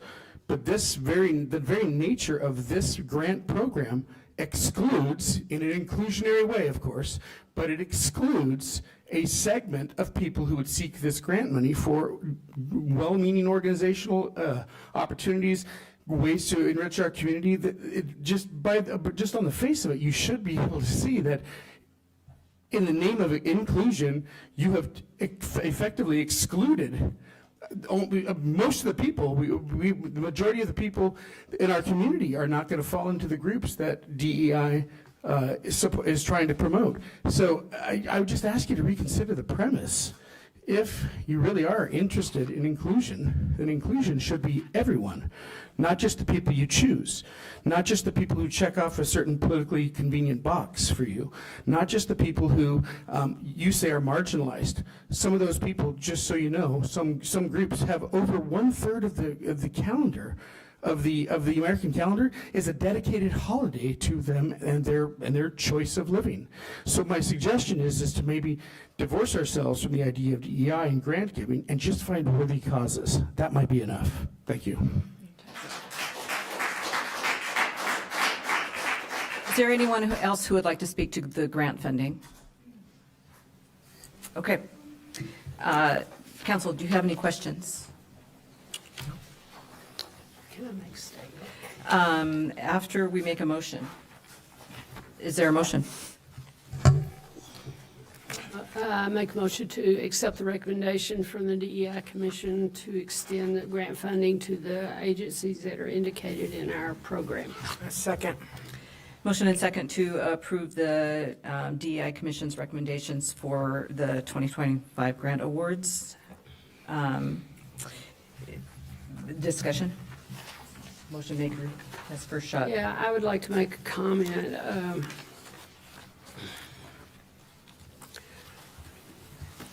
I believe that all of the grants that we have recommended and are on the table tonight help build community and create a sense of belonging in this community. All the organizations that we have awarded are committed to to and have embraced an ethic devoted to diversity and inclusion and equity in all of the programs that they offer and the activities that they offer. They do provide opportunities for people who normally would not have those opportunities. All of the grants and agencies that we have funded or recommending funding are family oriented, and all of the activities that we are recommending that be funded are open to all families who are interested in those activities. The Valley Voices Choir will host 4 concerts this year with the help of the funding from the DEI Commission. Everyone in this community is invited to go to those events. They will provide interpreter services for some of the performers who will be singing a song in a different language.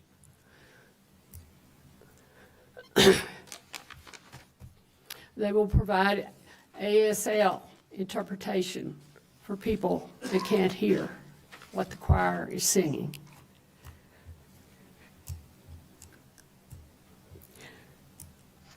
We also recommend funding for the Juneteenth celebration, which is a community-wide celebration of the end of slavery in this country. But it's also a recognition of the fact that many black people still struggle every day because of discrimination and acts of violence against their population. These grants reflect the values of ethics of the DEI Commission, that the DEI Commission stands for. They help create understanding if you're listening and want to learn, and a value for what we are trying to do in this community. I highly recommend that council approve the recommendation from the DEI Commission. Thank you. Is there any other comments? Go ahead. All right, evening, folks. Got a couple of comments that I'll make on this. First, thank you all for, again, your civility in all these things, because we've been talking about DEI for the last couple of weeks. And this is democracy. Democracy says that when people care about the community, they can bring up any idea. They can have opposing ideas, and they bring it up to into an organization in which we get to talk about it, we get to deliberate about it, and everybody can circle on their calendar June 16th. June 16th is the next one, right?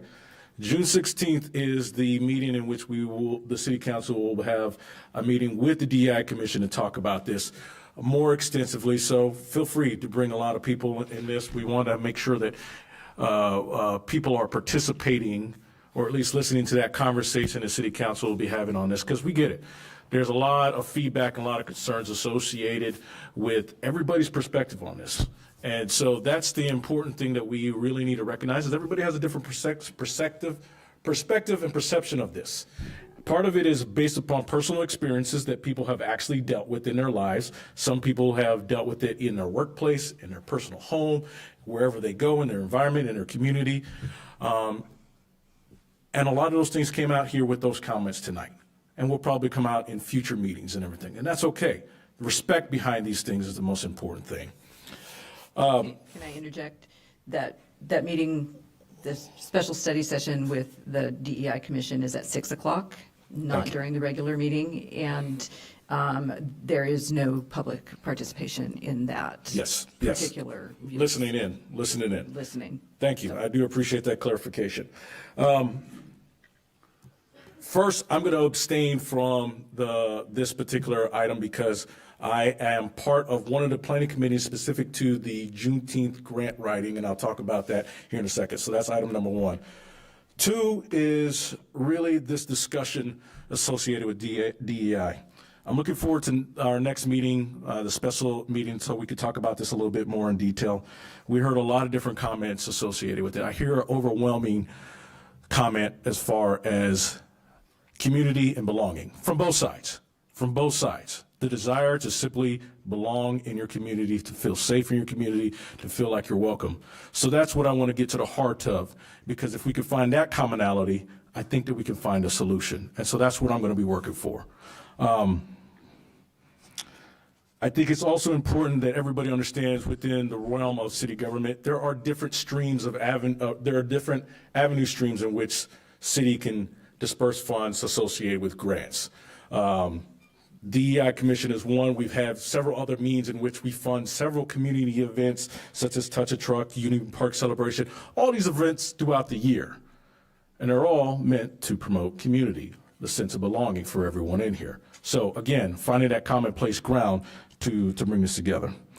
And the last thing I'll speak on is for Juneteenth. We had an excellent celebration. If you had the opportunity last year, it happened to occur on one of our night markets, Wednesday night. We had it out there outside of the Red Pickle. It was right across from the Kittitas County Museum. It was fantastic.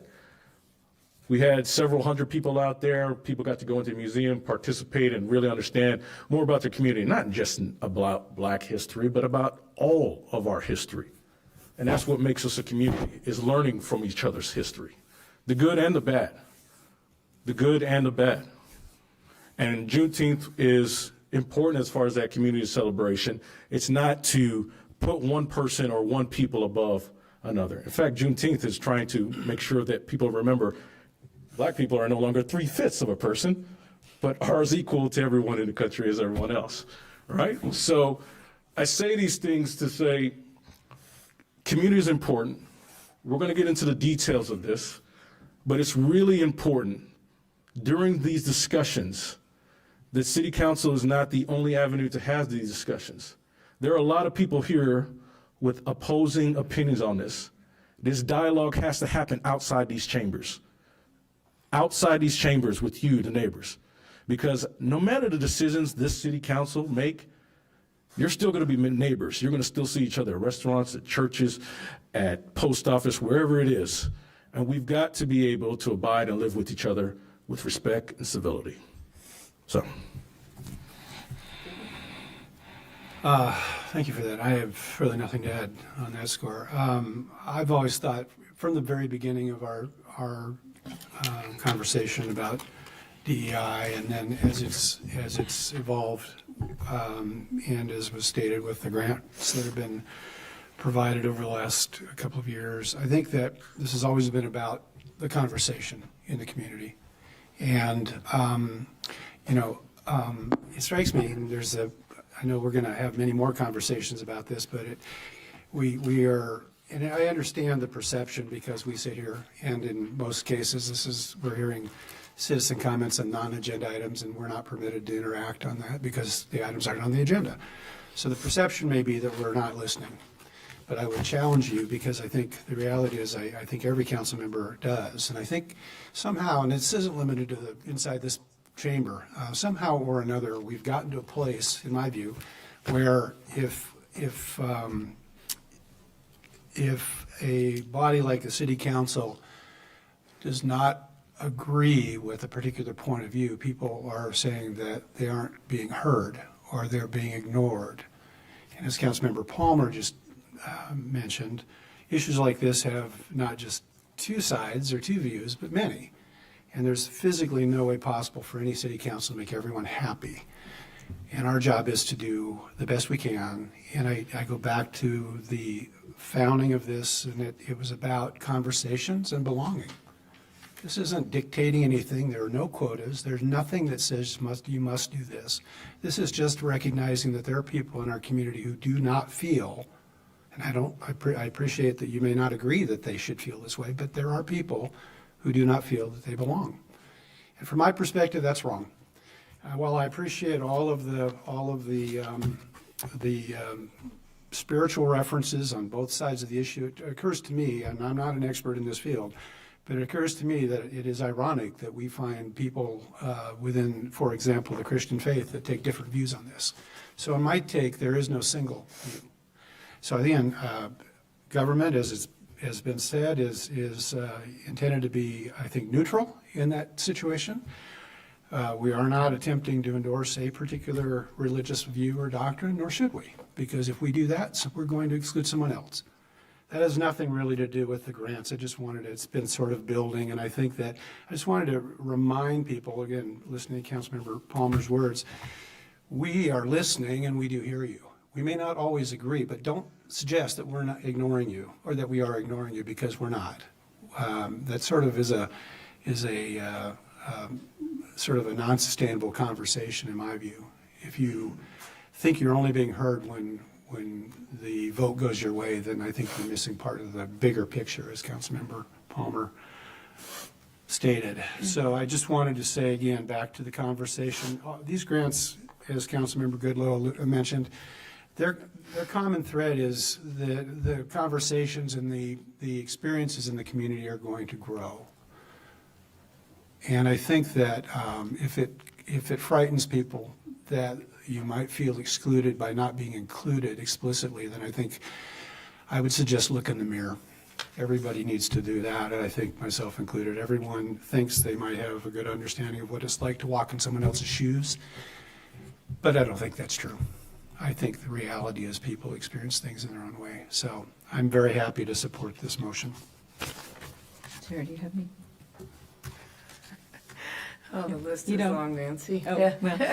Yeah, no, everybody says that's eloquent. I just want to add, I feel like that the whole DEI, diversity, equity, inclusion, has really turned into an attack on our LGBT community. And I feel like that is where all of the negative is coming on those things. And so I don't know if I know a lot of people in this room, and some people probably did not go, but Saturday, if you had the joy of attending our Pride festivities, I don't know how you could possibly have any hate in your heart for that.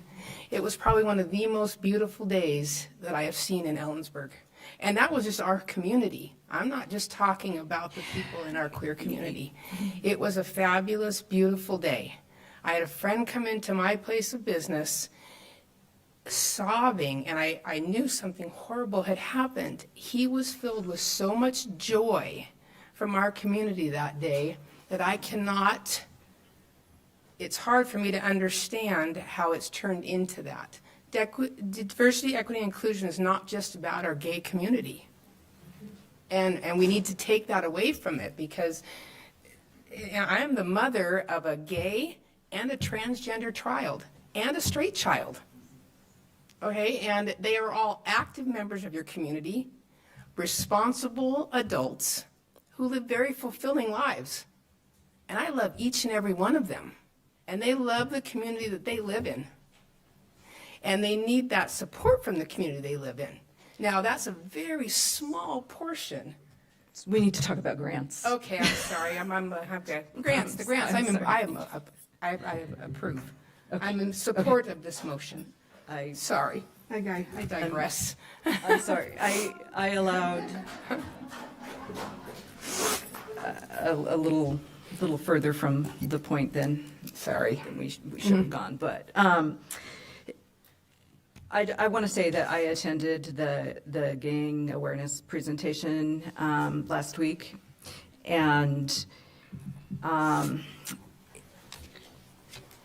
was, I guess, surprised that the kids are being recruited in elementary school, and they're being recruited. The kids that are being recruited are kids that don't feel like they belong.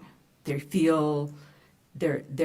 don't feel like they're included in the community, and Corporal Alivar is here. He is our gang awareness person. He deals with this every day. So I am thankful that the small amount of money that we're providing is going to family-oriented youth activities, because if the community doesn't provide that forum for these kids to become involved in healthy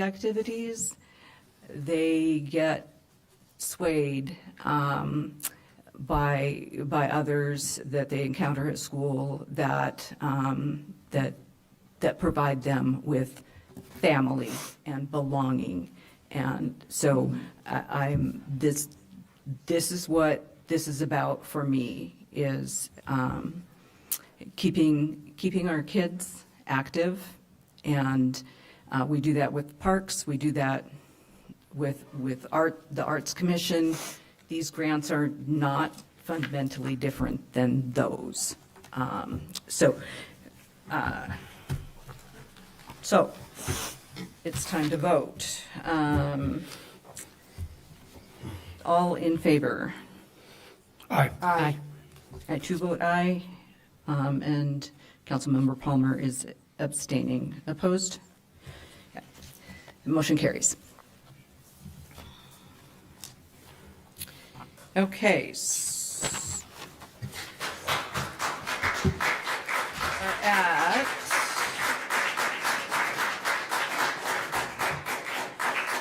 page 189. This is item 11B, social media holiday recognition policy. Page 189. Hello, once again, Nicole Klaus, Public Information Officer for the City of Ellensburg. I'm here before you today to recommend that we update our holiday recognition policy. The Ellensburg City Council approved a list of proclamations and recognition days in August 2023, which was recommended by the DEI Commission. How that works is commission members write the posts, which are reviewed and posted by staff, and all the proclamations go through the same proclamation process that other people use to submit city proclamations. Right now, there's no formal policy regarding recognition of federal holidays, so staff is recommending adding federal holidays to our list to be recognized on City of Ellensburg social media. There are 11 federal holidays. 3 of them are already on the approved list, so this would add 8 more additional days to be recognized. This was something we talked about at our April study session, and there was an interest in bringing this back to get these holidays on the list. Thank you. Is there any member of the audience who would like to speak to this issue? Candace?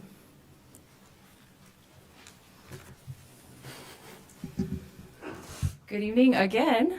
My name is Candace Comfort. I'm representing myself. I live in Kittitas County, and Ellensburg is my city too. I'd like to express my support of the city recognizing all 11 of the federal holidays we share as a country.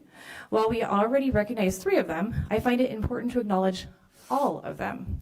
We commonly think of federal holidays as a time off to rest, but they also commemorate significant events, people, and traditions in our nation's history.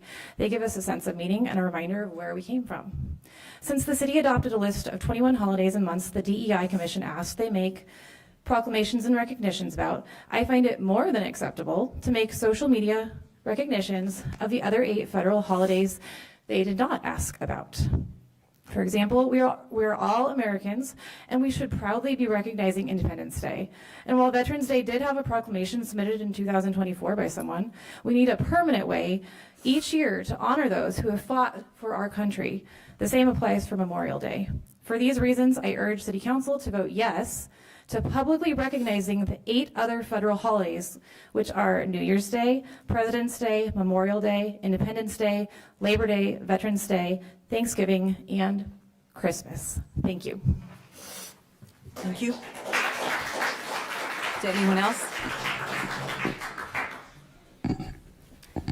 No one online. Council, is there any questions?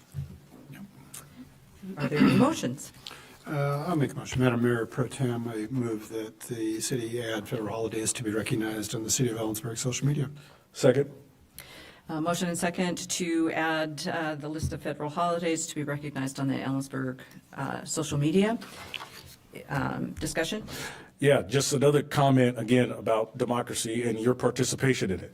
So for those that don't know all the history associated, this came from an inadvertent mistake that was made regarding President's Day, and we didn't have that acknowledgement. And the city, a lot of you community members pointed it out. And so this is the city council listening to you, as kind of what David was talking about earlier. I get the speed of government is not exactly the speed that people like it at, either at the city level, state level, or federal level. But this is the way that we make these changes in democracy. So I'm wholly supportive of these holidays because they are our federal holidays. They deserve the recognition that it has been needed. I'm glad that we're acknowledging the other 8. I hope that everybody participates in all of them and understand the history behind all of them because they are all important to our collective American history. Okay. All in favor? Aye. Aye. I too vote aye. Opposed? Motion carries.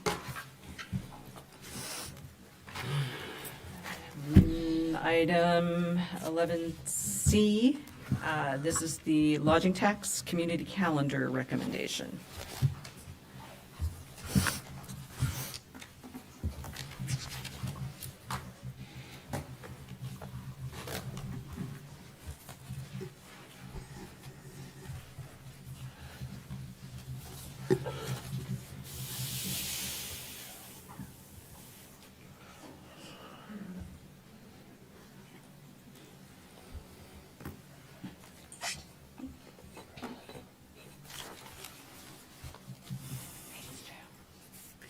Good evening again, City Council, Mayor Pro Tem. Kelly Vandenberg, Arts and Economic Development Manager with the City of Ellensburg. Tonight, I am bringing forth a recommendation from our Lodging Tax Advisory Committee regarding a community calendar.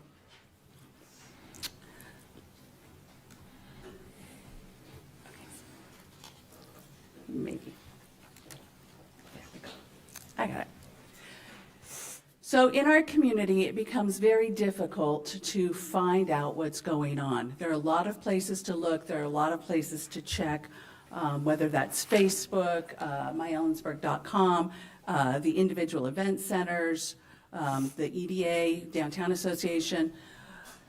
There are a lot of different avenues to look for what's going on. It's hard to know where to look for specific events and activities in the community. Most calendars are self-loading. They're hard to, they require a lot of work up front and a significant manual setup if you're doing a Facebook event, this type of thing. It gets a little overwhelming, and as a result, you're left going, oh, hey, I didn't even know about this activity. Where was this event? And that happens throughout the community. That is not an issue unique to Ellensburg. We have been in conversation with a company called With. They have created a specific API programming for gauging and collecting community calendar information and events. Founded in 2020, they are serving over 5 million residents worldwide. They partner with more than 100 local governments and cities around the globe. And they operate currently in 15 states in Washington. Should this get approved this evening, we will be the first city in Washington state to have this program.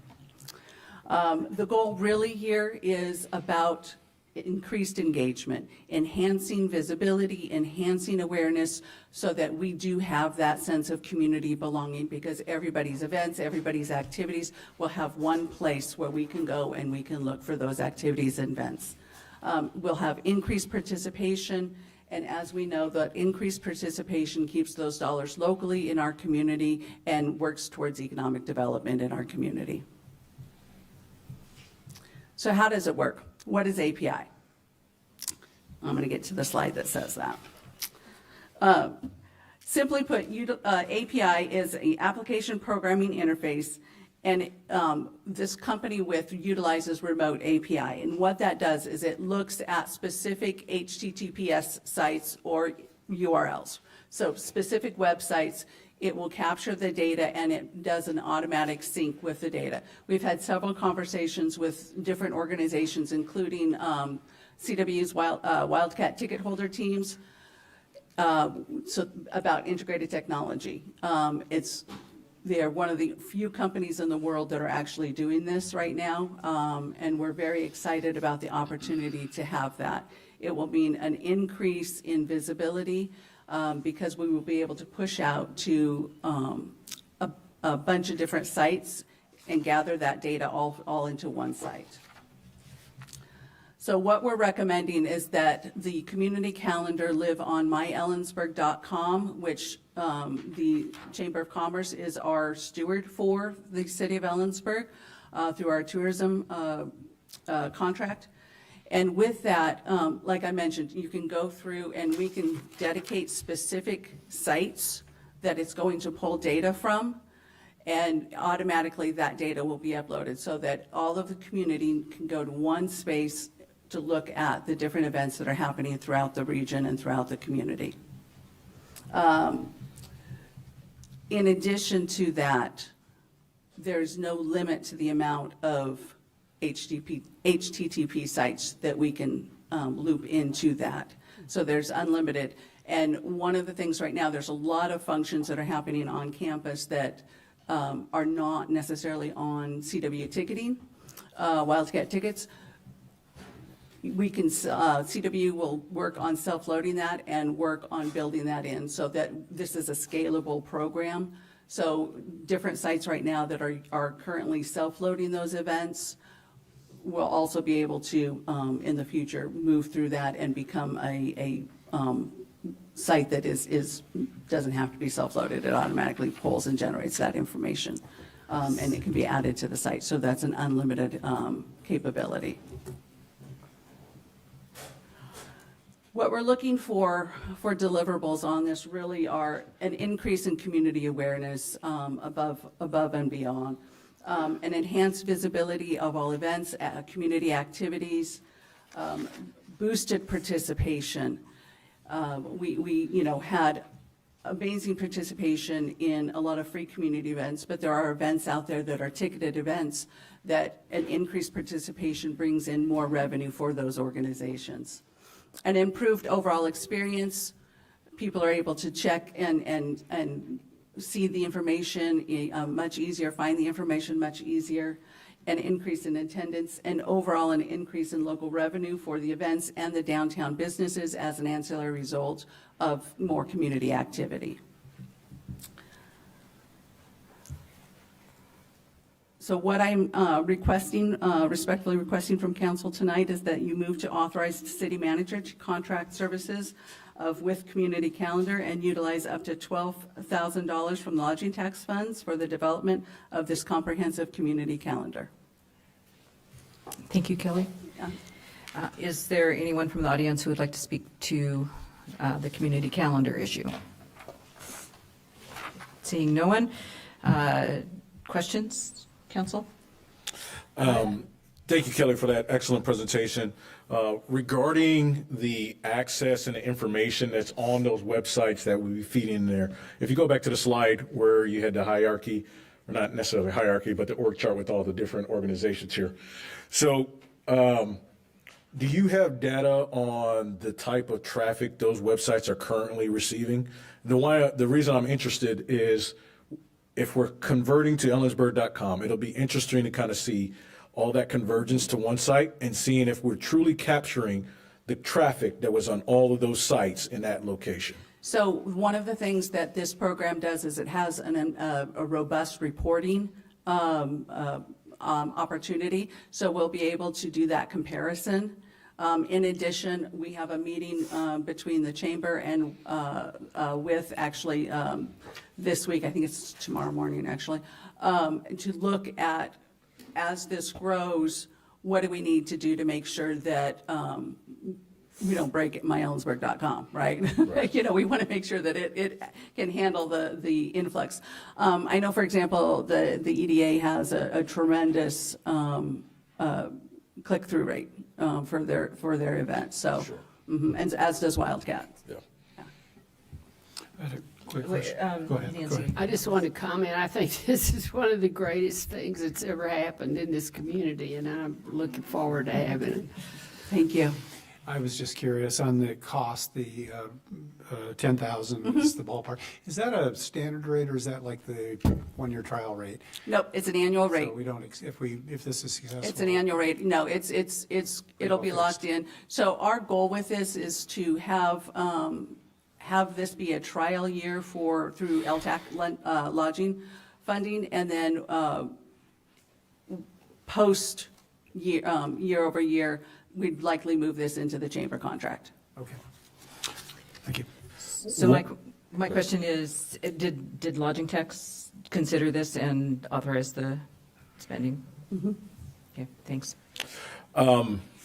considering this is a trial year, if we go beyond that, the couple of things that I'll be interested in to ensure that we have some off-ramps associated with it is that, one, we have a sunset clause in it so that we have a chance as a community to evaluate its merit, its worth, if it's doing what it's supposed to, if it's successful.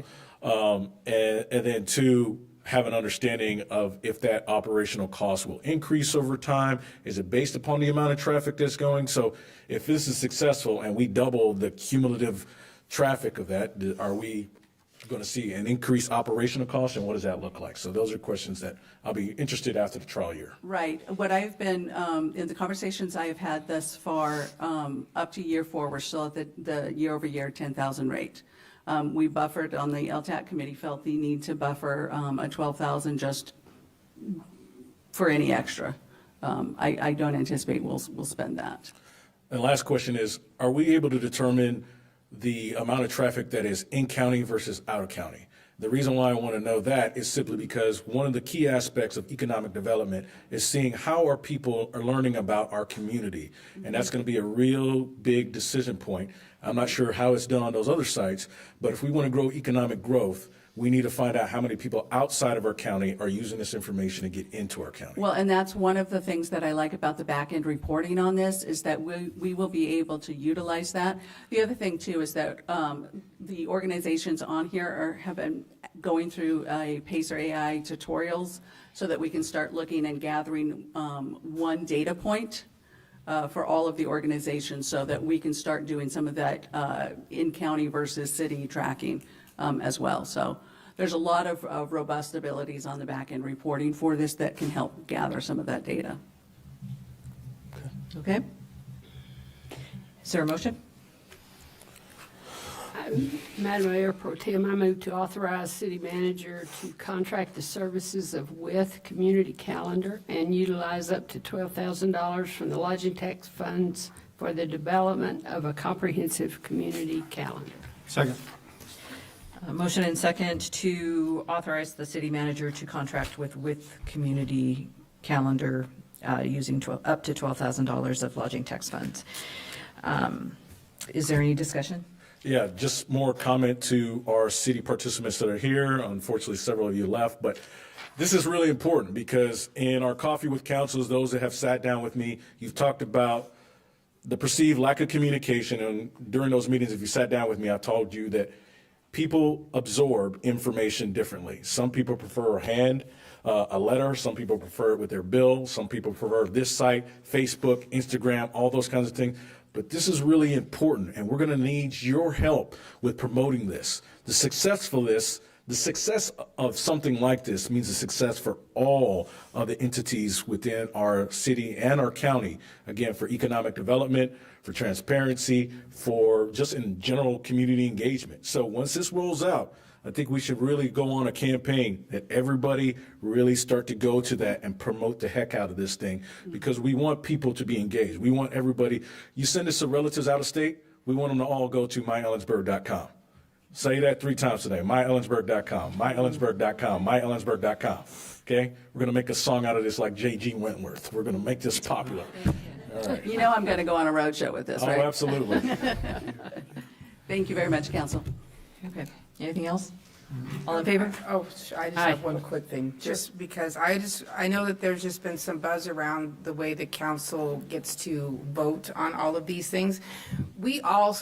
Every single board and commission that is within the city has a council representative on them, and we are voting in a lot of those commissions. So it's not a conflict of interest for us to be here and vote on, like I sit on lodging and tax commission.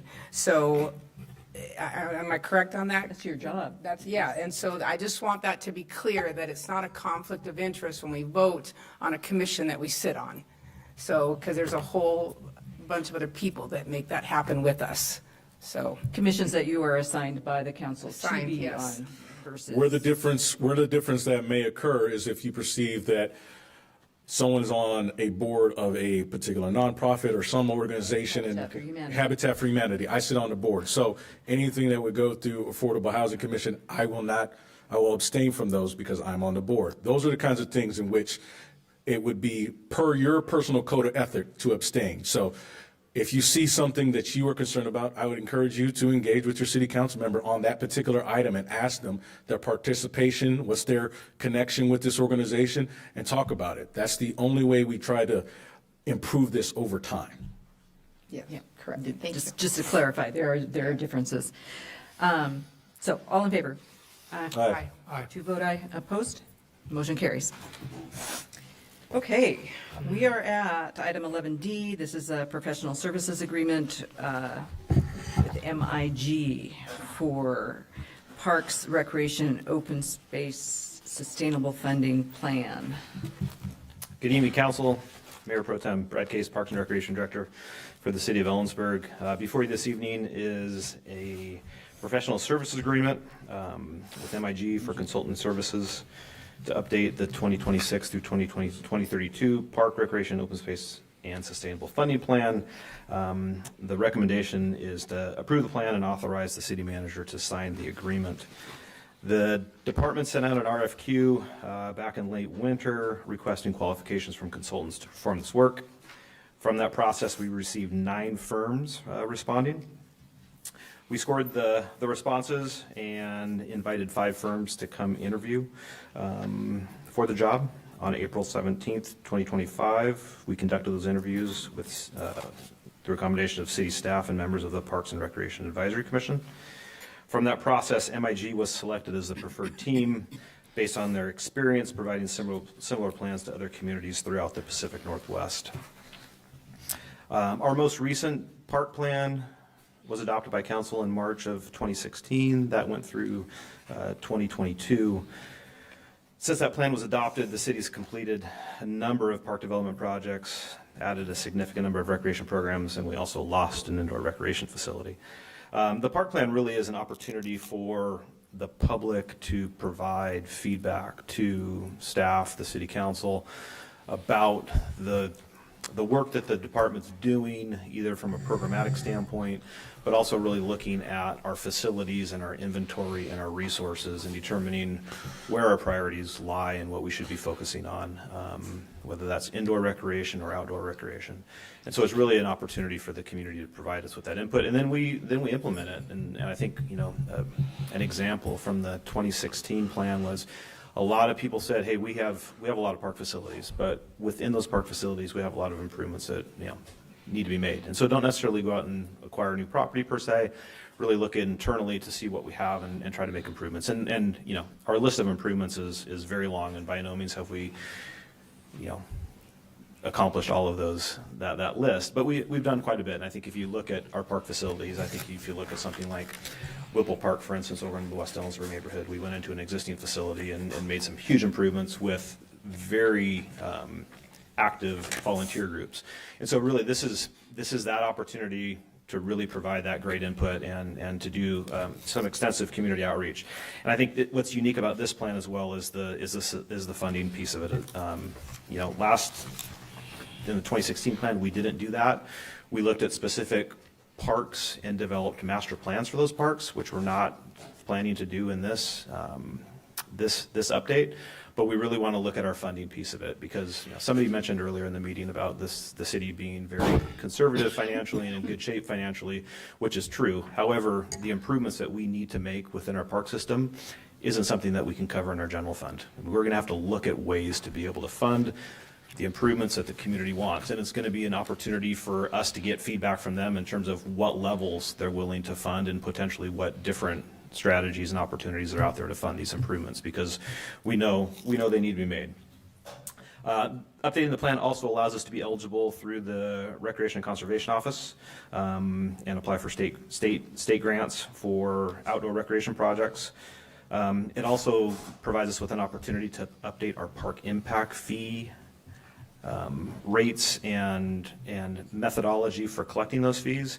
The state has made some changes to how municipalities can collect fees and what they use to gauge what those fees should be. And you have to adopt a new park impact fee ordinance and fee model within 6 months of plan adoption. So we'll be able to go through that process as well. Our RFQ identified some very, very kind of typical processes and information that we go through when we update the park plan. That's the needs assessment and public involvement piece of it. Again, there'll be extensive outreach to the community to get input, an inventory of what we currently have. It's kind of seeing where our deficiencies are and where our strengths are at, assessment analysis, and then ultimately a recommendation, which is the final plan. We have the council approved an expenditure of $100,000 in our 2025 budget to perform the update. We need an additional $30,000 to fund the balance of the projects. There is adequate fund balance in Fund 370, which is our recreational facilities fund. The plan, kind of the timeline is we have to have a plan adopted by March of 2026 in order to be compliant with the RCO grant funding for the next biennium. And so there'll be a pretty aggressive schedule, 9-month schedule from start to completion. So with that, I'd be happy to answer any questions that the council may have. First, is there anyone in the audience who would like to speak to the park plan? Okay. Questions, council?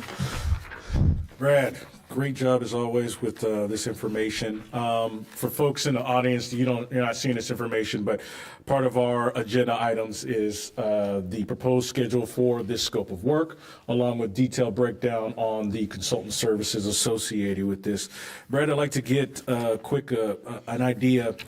Based upon the 9 consultants that provided proposals to you, you kind of talked about at the top of the conversation what brought MIG about as far as the selection. Could you kind of talk about their qualifications with other cities and other agencies with some of their park assessments?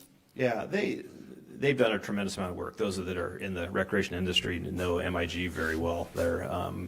They do a lot of projects. They're mostly based out of the West Coast, and so we had some really interesting firms submit, and it wasn't an easy decision, as is often the case when you invite the 5 firms that you invite to interviews. All of them can do the job, and so it's really looking at kind of the fit and our comfort level with moving forward with a particular firm. And I think, some of the council members have been a part of a park planning process in recent memory, and I think we still have some scar tissue from that process.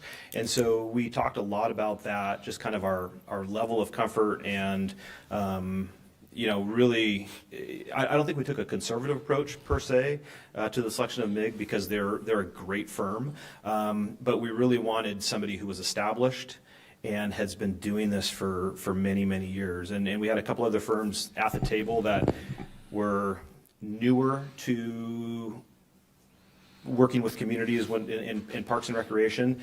And I think ultimately there was a much higher comfort level with MIG and moving forward with this project. And so that's kind of what pushed them over the top, to be honest with you. Excellent. And then the other part of this is to the schedule.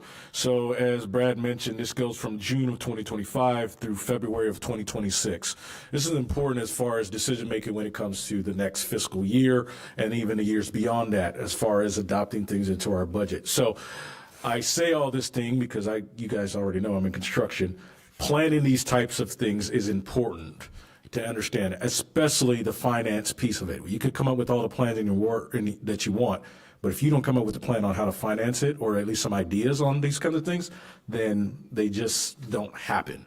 So these are going to be the hard questions that are asked and addressed from a city's perspective. And then it's the community engagement. We've already talked about it, but we've talked about the pool, we've talked about the tennis court, we talked about field house. There are a lot of priorities in our community. And as Brad said, it doesn't come out of the general fund, not without something innovative as far as revenue for these facilities. Anyone else? I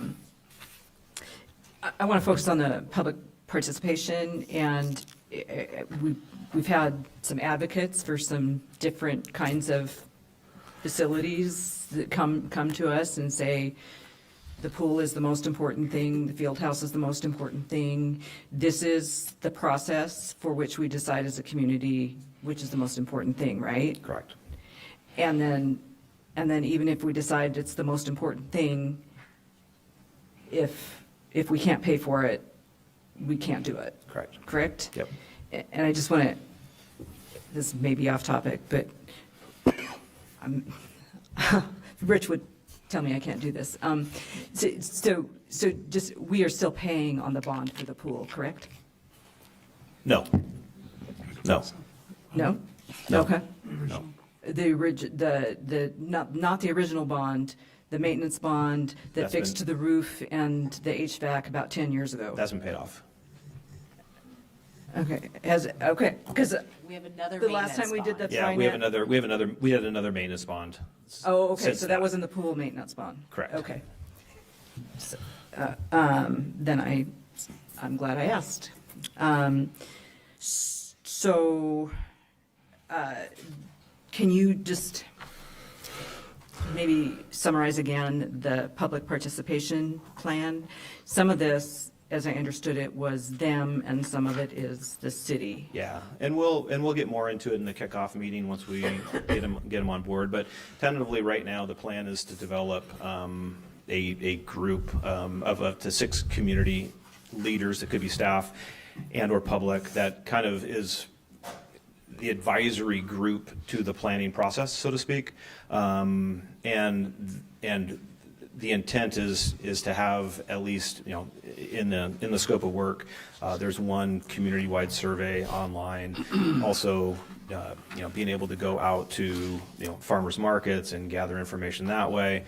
A lot of firms will come up with kind of their baseline. Here's what we're going to help you and provide you with. If there's more than you want to do above and beyond that, by all means, go out and do that. And I could see, us certainly, extending the opportunity for public participation input beyond what is scoped here, because that's the most critical piece of this whole thing. Mayor Pro Tem, I would just add that we are also on the same timeline, a little more extended, going to be working on our comprehensive plan outreach and really trying to go where people are and trying to align those questions and those activities so we're getting the most impact and the most participation. Okay, and just related to the comprehensive plan, this chapter, this plan gets folded into the comp plan by Yeah, reference? it's or usually by- adopted by reference. Okay. Yeah. Is anyone else? No, I just, the most important takeaway for me on this is, as has been said, this is really the deep dive on the financial parts. And we've heard a lot of comments, including tonight, about the need to make repairs on existing facilities. And we know one thing is in common with all of the needed repairs is that they're expensive. So the analysis is really the step that needs to be taken. And then it's been said, putting that information out, letting the community help us decide where the funding is going to come from. Hey, Brad, will there be some more report outs or more frequent report outs during the Parks and Recs Commission meetings? Yeah, I think there's at least 4 different opportunities that MIG is going to be working with Parks and Rec. Okay, so that's your sign to the community. Those that are really interested in Parks and Rec, participate in that commission so you know what's going on. Okay. Anything else? Is there a motion? I will make sure I'm looking at the right one here. Move to approve the professional service agreement with MIG for consulting services for the 2026-2032 Park Recreation Open Space and Sustainable Funding Plan and authorize the city manager to sign the agreement. Second. Motion and second to approve the professional services agreement with MIG for consulting services for the PROS plan and funding plan, and to authorize the city manager to sign the agreement. Further discussion? This is the conversation that we need to have, so to get direction from the community, what they want us to do.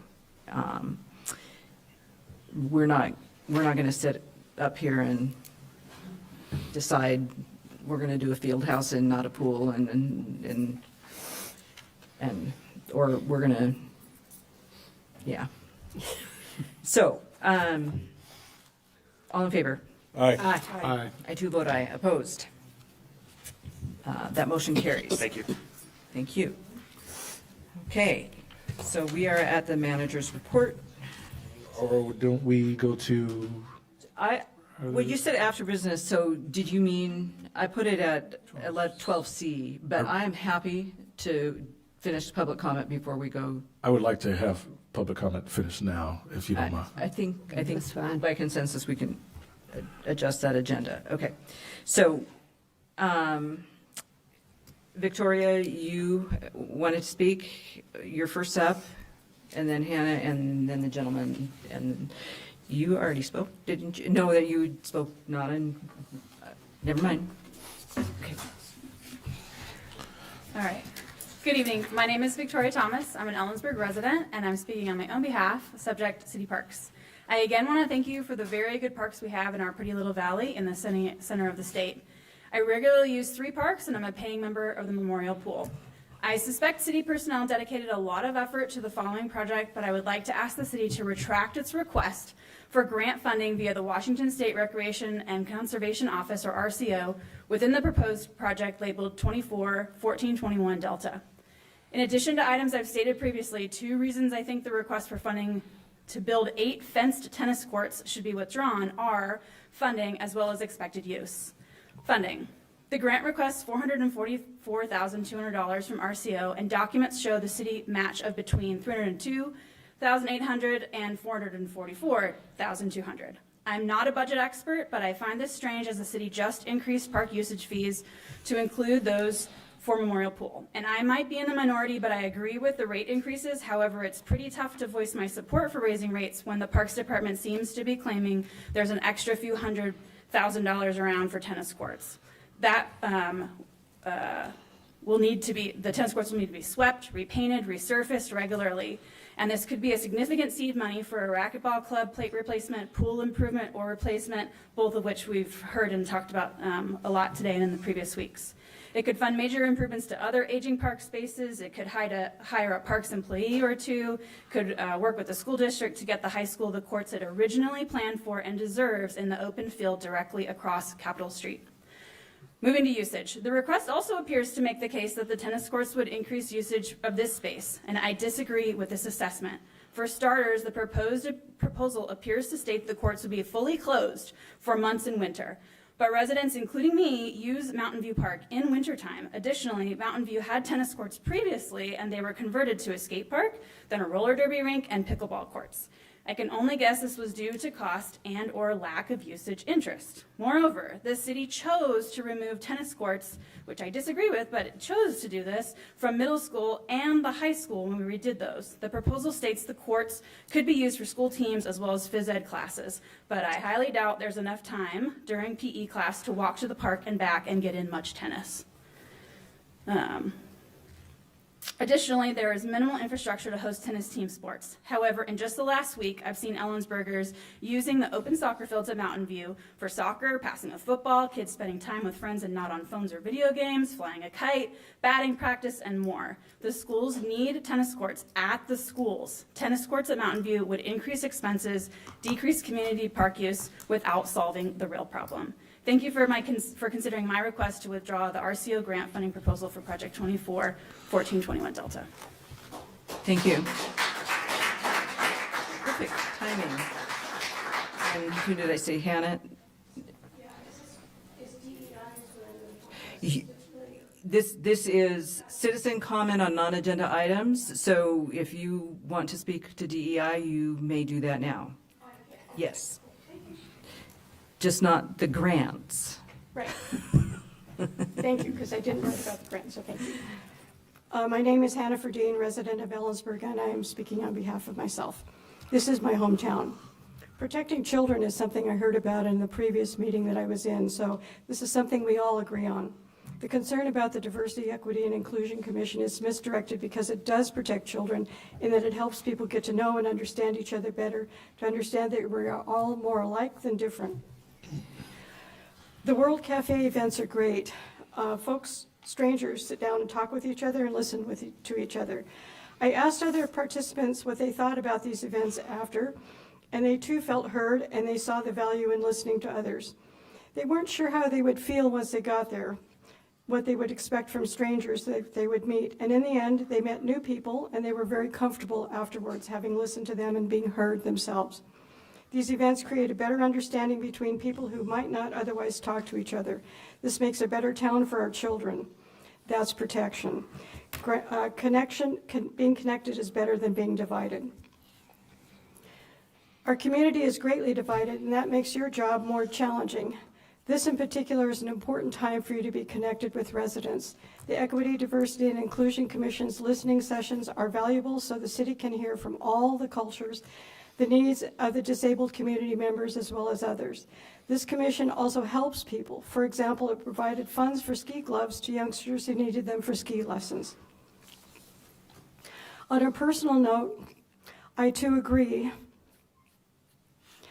that there is a target on the LGBTQ community, and I'm bothered by that, I will say. A wise person recently told me that it is of those of us who have a family member in the LGBTQ community to understand, unlike those that don't.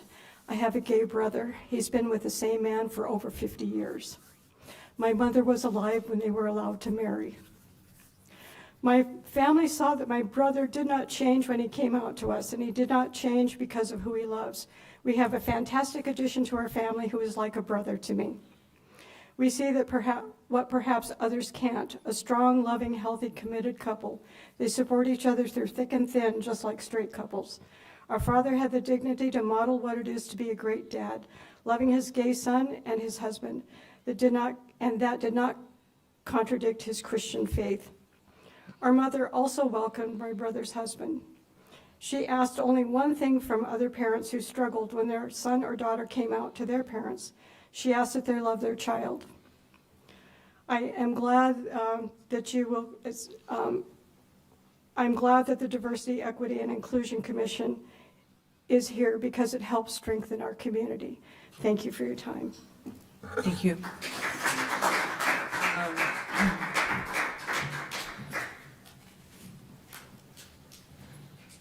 Good evening, Council. My name is Logan Cook. Speaking on behalf of myself, resident of City of Ellensburg. Holy cow. I'd like to share some scripture that discusses pride and why I believe we should not be celebrating it in our community or in our country. I don't typically quote scripture without providing context, but as I only have 3 minutes, here we go. This is an excerpt from Proverbs chapter 6, verses 16 through 17. These 6 things the Lord hates. Yes, 7 are an abomination to him. A proud look. Again, quoting in chunks because I'm limited on time here.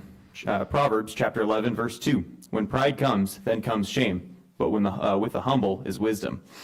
James chapter 4, verse 6. But he gives more grace. Therefore he says, God resists the proud, but gives grace to the humble. 1 John chapter 2, verse 16. For all that is in the world, the desires of the flesh and the desires of the eyes and pride of life is not from the Father, but is from the world.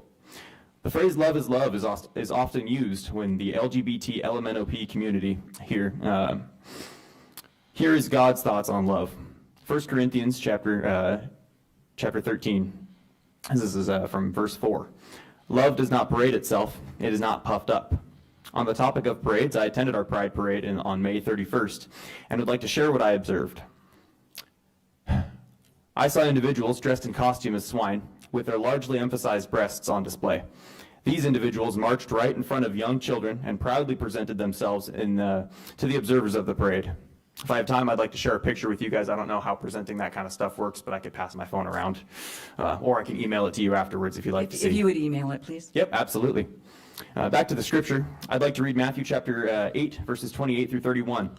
There, they met him, Jesus, two demon-possessed men coming out of the tombs, exceedingly fierce, so that no one could pass that way. And suddenly they cried out, saying, What have we to do with you, Jesus, you Son of God? You have come here to torment us before the time. Now a good way off from them there was a herd of swine feeding. So the demons begged him, saying, If you cast us out, permit us to go away into the herd of swine. It is my belief that Satan used the imagery to show the true roots of pride. A pride parade allowed by the city of Ellensburg presented demonic imagery to the attendees at this event. God clearly lays out the fact that pride is a sin and we should repent from it. I would advise the city council to heed the word of God and remove the month-long celebration of sin. Please remember that Jesus loves you, not your sin. Is there anyone else who'd like to speak? Phil?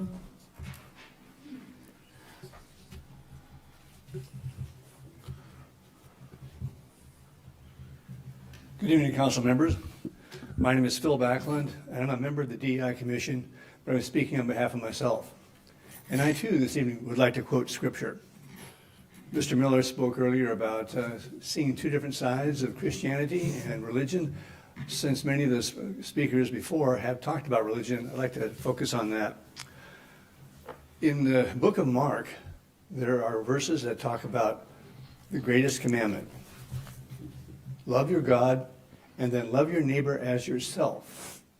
And right after that it says, these are the most important commandments. Let me emphasize that. A friend of mine, Mike McCloskey, pointed out that there's something missing, something that's not there. There are no asterisks in the Bible, he said. He said, love your neighbor as yourself, unless they're gay. Doesn't say that. Love your neighbor as yourself, unless they're trans. It doesn't say that. Love your neighbor as yourself unless they're immigrants. Love your neighbor as yourself unless they're homeless. So if we're looking at the city of Ellensburg and the kinds of things that you're responsible for, we don't want an Ellensburg that says, welcome to Ellensburg, unless you're black. Welcome to Ellensburg, unless you're homeless. Welcome to Ellensburg, unless you're gay, unless you're trans. We want an Ellensburg that welcomes everyone.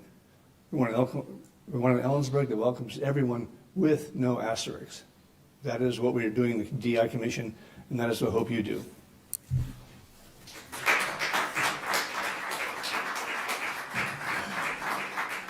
Is there anyone else who would like to speak?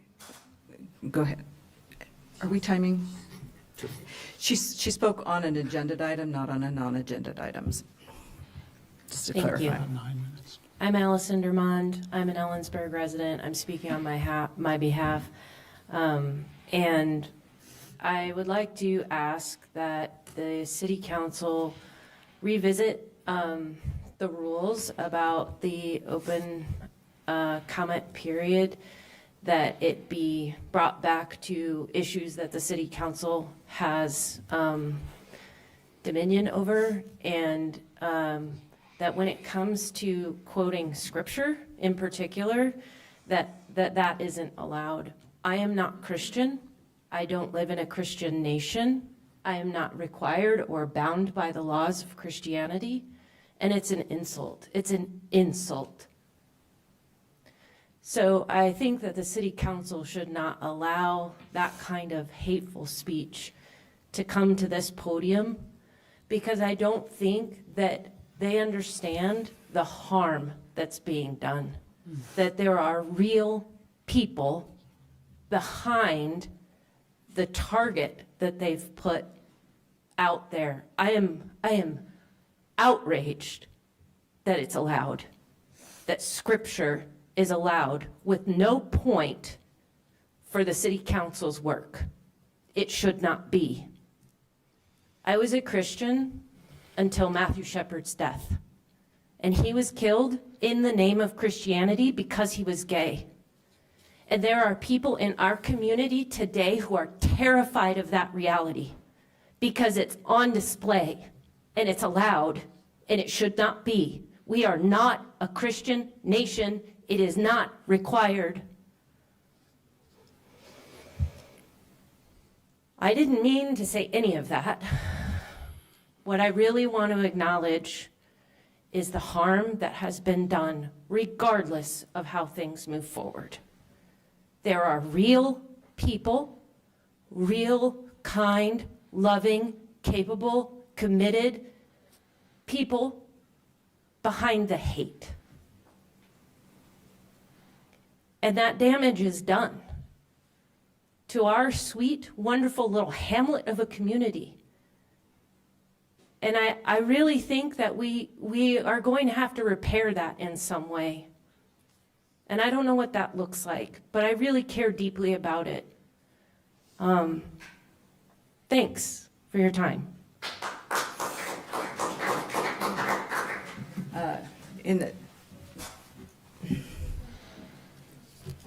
Next. Hello, council and everyone else. My name is Carrie Vickers. I am a resident in county. I'm representing myself, and Ellensburg is also my city. After hearing the last speaker, I would just like to remind everyone that we recite the Pledge of Allegiance to start the meeting because we are one nation under God. We spend currency in the United States of America, all of which says, "In God we trust." So this nation is a Christian nation. Not every citizen of our country is a Christian, but not every citizen is queer. So to force me, a Christian, to have to bring my kids to a pride parade or to be exposed to something that completely violates my faith is exactly the opposing view of what was just shared. So it's not a matter of I'm against you, you're against me. What the real story is it's creating a divide. I love my kids. If one of my children chose to grow up and become queer, I would still love my kids. Do I support the sin life that they choose? No, but I still love them, just like I love my neighbors. Neighbors that are queer, neighbors that are not. As a Christian, that's what the Lord calls me to do. I don't have to like the sin nature that somebody chooses to follow. That is the Christianity that you're not hearing. It's a disgust for somebody's faith, and that somebody's heart is driven by Scripture and how they model to their family and to their community and how they express what their culture says. You shouldn't be hating them for that. We're not hating somebody else because they're LGBTQ, right? That's not what this is. I don't disagree with DEI because I'm against people that are queer or people that are colored skin. I have a child that's biracial. I am against DEI because of the divide it causes in our community. It doesn't belong in our city. It doesn't belong in our government. Our government isn't up here telling us their religious views. But as democracy in this republic, that's what we're here doing. We all have different views. We all get up here and express it. I am a Christian. I am not gay. Do I have people in my life that I love that are gay? Yes. But I do not agree with their life choices, and I shouldn't have to have my children paraded with that in front of them or explain to my kids what a rainbow flag means to people that are living in that sin nature. That's my upbringing. Thank you. Time. I appreciate Thank your you. time.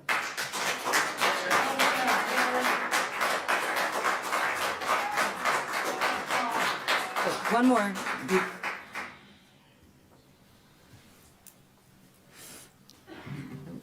Are we close to? Are we on time? Hi, my name's Anastasia Newman, and Ellensburg is where I've lived for 5 years now. I've been a member of community since 2019. I came to Ellensburg with my partner who attended CWU. We have not left, and we are actually working with the realtor on finding a home, hopefully someday. The many communities I've been a part of are the recovery communities, church communities, music and dance, LGBTQA plus community, and now I attend city council twice a month. I would like to say that just because something does not serve me, it doesn't mean that it doesn't serve other people. I personally do not go to the library because I just don't have interest in reading books right now. But things like the pool, there's the swing dance club, the college is not something that has personally benefited me. And the bus system is something I do use as a person who has a chronic illness and has mobility issues. Bars and churches, all those things. And when it comes to public spaces, I would say for parks, it's really difficult for me to watch the transition of how so many efforts are made to make things deeply uncomfortable for the homeless and transient population when people can try the best they can. I've been homeless in this city, and I'm a member who's contributed a lot in this community. I was offered a bus ticket out of town by Hope Source when I was homeless, and I said, where do I take my things? And they said, I don't know. So I figured it out, and I did what I had to do, and this community means a lot to me. My partners and I choose to stay in this community because there are amazing, loving people that make a difference. I can get along with just about anybody at the end of the day, but if my existence is a problem, then that's your problem, not mine. I don't care anymore. I love this community. I love the passion that it has allowed me to become and grow the person who I am, which I used to be very shy, very afraid, very scared to be who I truly am. And the work that I've done in this community in all different types of places, as I've stated, has made me a better person.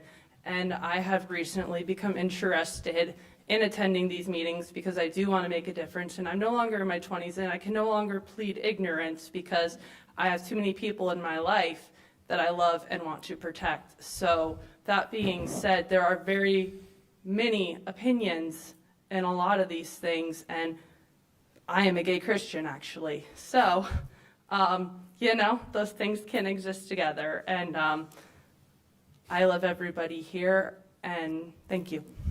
Thank you. And that is all the time we have. So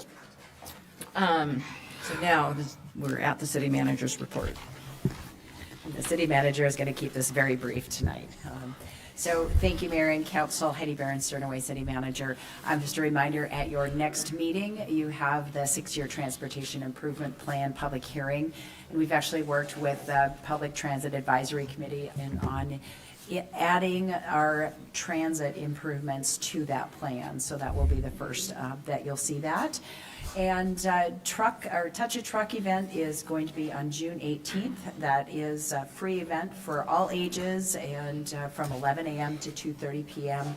at Rotary Park. And in the manager's report, I did include some information, just a reminder that Unity Park is not done.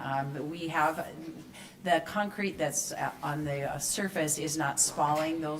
There's some issues with the grading for the water feature, and we're working through the engineering of those, and there's going to be a little bit of adjustment made to those, and we will actually, this summer it will be done. Our water feature is pretty spectacular, and as soon as we get the park done, we will turn that on. So that is, again, there's a few punch list items that we're working on, but that will be done fairly soon. And I did include a preview of the next meeting agenda, as was spoken about earlier. We do have a joint study session with the DEI Commission and the City Council, and that is at 6 p.m. on the Monday, June 16th. And we have a number of other items on the agenda. I did include the Ellensburg Public Library. As we move into summer, we do have the summer reading program. The youth program calendar is in the council packet. We will include the adult programs, hopefully in your next meeting agenda. And then there's been a few concerns about really the roles of our boards and commissions, specifically the DEI Commission, in our comprehensive plan. And so rather than address that just verbally tonight, what I'd like to do is at a future meeting do maybe a comprehensive plan 101. In our city code, there is a section that the comprehensive plan typically is referred, or different elements of the comprehensive plan are referred to different boards and commissions. And we'll talk through that, and I think in advance of the comprehensive plan amendments for 2025 coming back to you at your second meeting in July, I'd like to maybe do an overview of like a comp plan 101 for our city council and our community members at that previous meeting. So we'll work on that and getting that on your schedule, just so there's some common understanding about what the comprehensive plan is and all of the opportunities there will be to participate, and really how our boards and commissions may be part of that. So that is all I have for the evening. Okay, thank you. Sarah? Most of my meetings are coming up in the next week and a half, but I did also participate in the gang awareness offered by Dr. Ellie Carr and Officer Alvarez, and it was an eye-opener. I mean, I knew there was some activity, but it was very well attended and very well put on, and so it's something we need to start paying attention to. Sure. Nancy, that was it? Yeah, because of my meetings, I don't have any. So we attended a Left Board meeting last week, and we were currently starting a process of looking at a comparison of benefits between what we do and what other cities do, and having conversations about differences in medical plans and considerations that need to be taken into under review when we're looking at those. So I think it's going to be a really good process for our retirees and for us as a city too, and I look forward to participating in that. At the COG meeting last week in Cle Elum, it was really a cool meeting. We had everybody that's on COG was there, and I think that's the first time that's ever happened for me. And it was fun and an exciting conversation, and we got a look at the model that's going to be used in our county to implement the regional economic development plan and the role that COG will play in that. And I'm very excited about being a part of that group as we move into that implementation. So looking forward to that. And that's all I have. Thank you. David? Let's see, I participated in the interviews for new planning commission. We had 3 interviews. There's 1 seat currently available. So we had 3 very good applicants. And then just this morning, I participated in an Association of Washington Cities had a webinar for the benefit of cities around the state with an update on kind of what's happening on the federal government level with various actions, and I think it's something that communities throughout the state are grappling with. There are a lot of potential impacts on grant funds and future projects and things like that everyone is trying to find a way through. I think the main takeaway was it's still an unknown. There really isn't anything decided yet. There's a lot of ongoing litigation, et cetera. And I also was downtown during the Pride Parade this weekend on Saturday, and I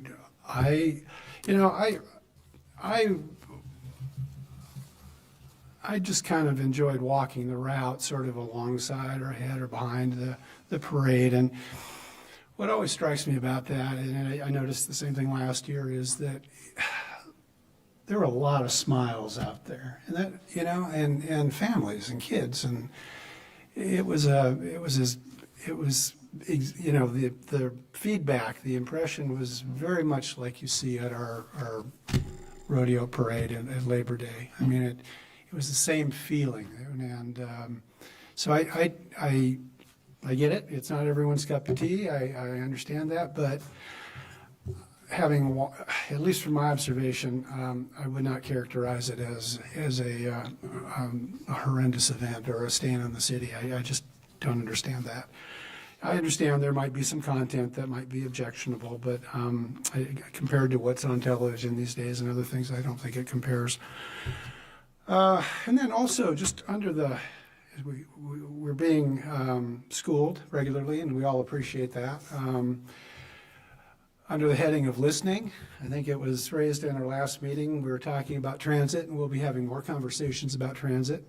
And since I'm on the PTAC, or the chair of the Transit Advisory Committee, I have a special interest in this. But at our last meeting, there was a suggestion, I believe it was Ms. Vickers made the suggestion that we should be like Link Transit in Wenatchee.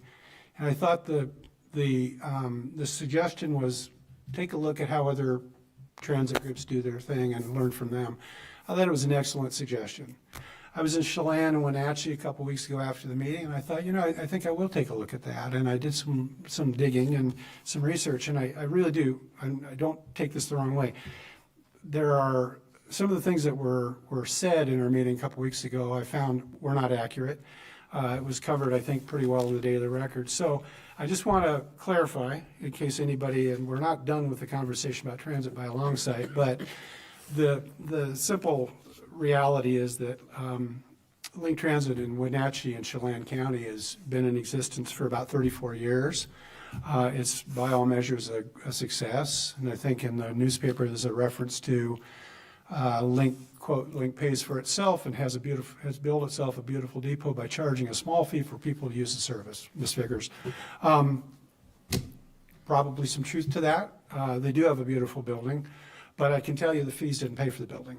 The reality is, currently, Link Transit is a non-fare system, just like Ellensburg Central Transit. They haven't charged fees for 5 years, fares. Their board permanently voted in 2022 to terminate their fare system. The simple reason, we touched on this in our last meeting, was that one, the fares themselves generated less than 5% of their operating revenue, and it was simply costing them more to collect the fares than the benefit of the fares themselves. It was a business decision, and I think there was some credit given to Link Transit being a self-sustaining business model, and I would agree with that. My point on that is that it is self-sustaining to the extent that they rely on the community. Like Ellensburg, Link Transit, they're Wenatchee, Chelan, it's a two-county kind of thing, but their community has voted twice in the last number of years to support Link Transit with sales tax. Ellensburg's done it once, and we're going to be having that conversation again here. Our sales tax, if you remember our conversation, what is currently in place, approved by voters who live in the city of Ellensburg, who vote in the city of Ellensburg, I understand the difference, is 0.2%. Okay. When Link Transit was started in 1991, the voters approved a 0.4% sales tax, so twice our sales tax rate. Now, it's a bigger city, it's a lot bigger system, I understand all that. But in 2019, the voters were again asked to increase their sales tax to expand the system, and they voted yes. So the current sales tax that's been authorized by the voters of Chelan and Douglas County is 0.6%, and we're at 0.2%. So context is important here, that we're not looking for a system that large, the revenue streams over there are different. But I just want to make the point that this system, the Link Transit system, is a good system. They are very proud of it, and they carry probably easily 10 times more riders than the City of Ellensburg's system, Ellensburg Central Transit. But it's understandable.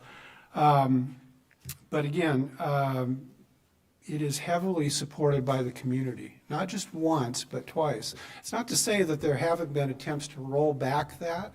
There was an attempt to go against the vote of the people by some of the former Link Transit commissioners that failed. Ultimately, they said we have to honor the vote of the people of our district. And I think that's exactly the same thing we were talking about with Ellensburg's transit vote that'll be coming up. It's up to the community whether or not the community wants to support transit. That will be decided in a future thing, a future ballot measure. I think my takeaway on that is I'm not trying to embarrass anyone or try to point out that the facts were wrong. I think the conversation was excellent. The idea of looking around. I think it comes down to the fact that, sometimes it's good to be able to follow someone someone else and sort of learn from their experience and not have to follow the same path and end up in the same place that we already are. So Link Transit is operated as both. They started out as a non-fare system. They did that for about 10 years, then they added fares, and then they voted to eliminate the fares. The only thing that Ellensburg Central Transit hasn't done in that mix is we never set fares. So we're at the beginning, and really where we are today is where Link started and where they are today. So I just mentioned that because I think I wouldn't have probably, except I kind of thought it'd be more exciting tonight. Maybe there'd be some conversation. I appreciate the Daily Records coverage of it. But I think we need to be careful when we're making statements and be able, if we find that some of our statements are not correct, and feel free to fact check me. Contact Link Transit. I didn't contact them directly. I did website research through their website, and I looked through the news reports. But the story there is a little bit different than it was presented, is my main point. But at the end, they have a successful system. So that's all I wanted to say about that. Thanks. Okay, couple items. First, I had the opportunity to help cook out at the Memorial Cookout during Memorial Day. That was awesome. Great representation by our veterans there. And for all those that we've lost in the ultimate sacrifice to our country. So that was great. Unfortunately, it wasn't windy like it was this weekend. It was the last weekend. It was great. Affordable housing, that's a forward-coming meeting, so no update there. KitCom administration, that's a forward meeting, so no comment there. Law and Justice, we canceled our last one, so I'll be at the next one for that. Steer I-90 is also a forward upcoming meeting. Utility Advisory Committee is another meeting that is coming up for me. Again, that's another one that I would love to have participation from the community on. If you're not up to date on utilities, I could talk all day about it. It's important. I think it's a really important aspect of our community, especially when it comes to resiliency. And then I appeared for the Yakima Basin Fish and Wildlife Recovery Board in place of Nancy Lilquist, which was great. Shamefully, it was my first time being up at the wind farm site, and it's amazing. Our county continues to amaze me just regionally. I love sagebrush. I love sagegrass. And so being up there and understanding the wildlife and how it's protected, we live in a beautiful place, y'all. It is really gorgeous, and I really do enjoy that. It's not coming from a Texan, so it just tells you.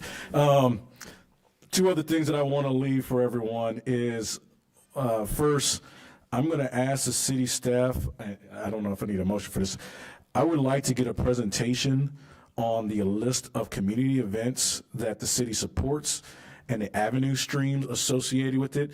This kind of helps with the conversation that we've had regarding transparency. I think a lot of people were questioning how we are funding all these community events, whether it's DEI or Touch a Truck and those kinds of stuff, and where those streams come from. So I think it would be great to have a presentation just to show where that is, where that stuff is coming from a transparency sake, to educate our community. And this is more just, I wish everybody else was here, but I thank you dedicated few that are here. Your city council's here to have conversations with.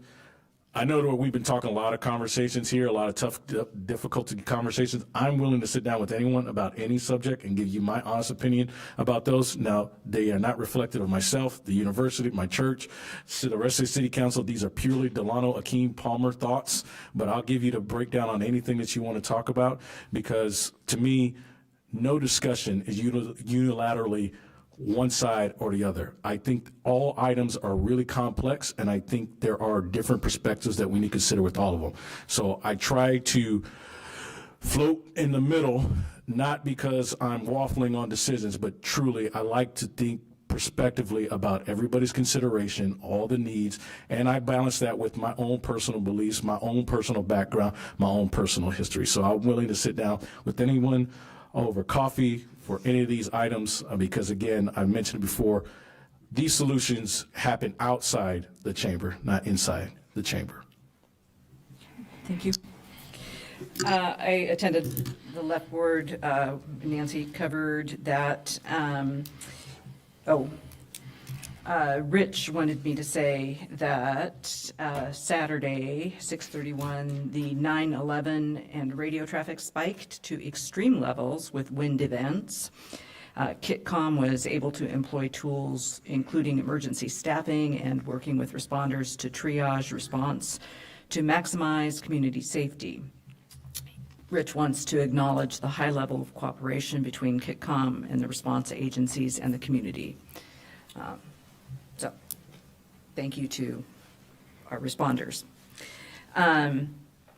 Saturday, I was at the Bike Month event and Coffee with Council, had lots of great discussions with folks, and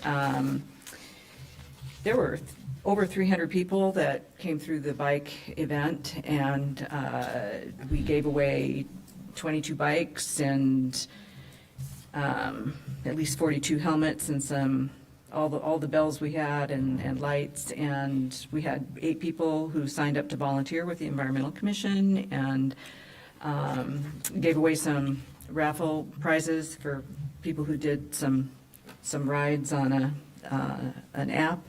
Anyway, it was a lot of fun. And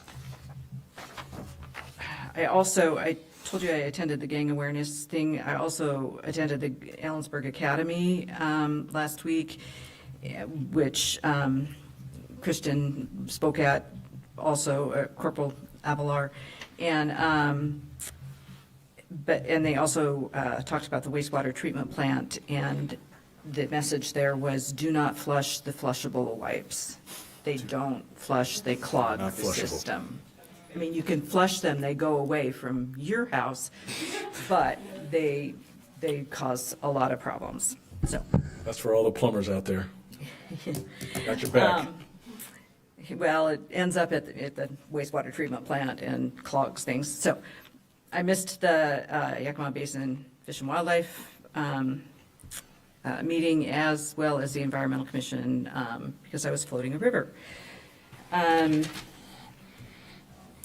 I did attend a couple weeks ago the Urban Flooding Open House, and the message there was there's going to be a lot fewer people that will have to buy flood insurance because the flood maps are changing and more people will not be in flood zones. So that's good to hear. That's a good news. And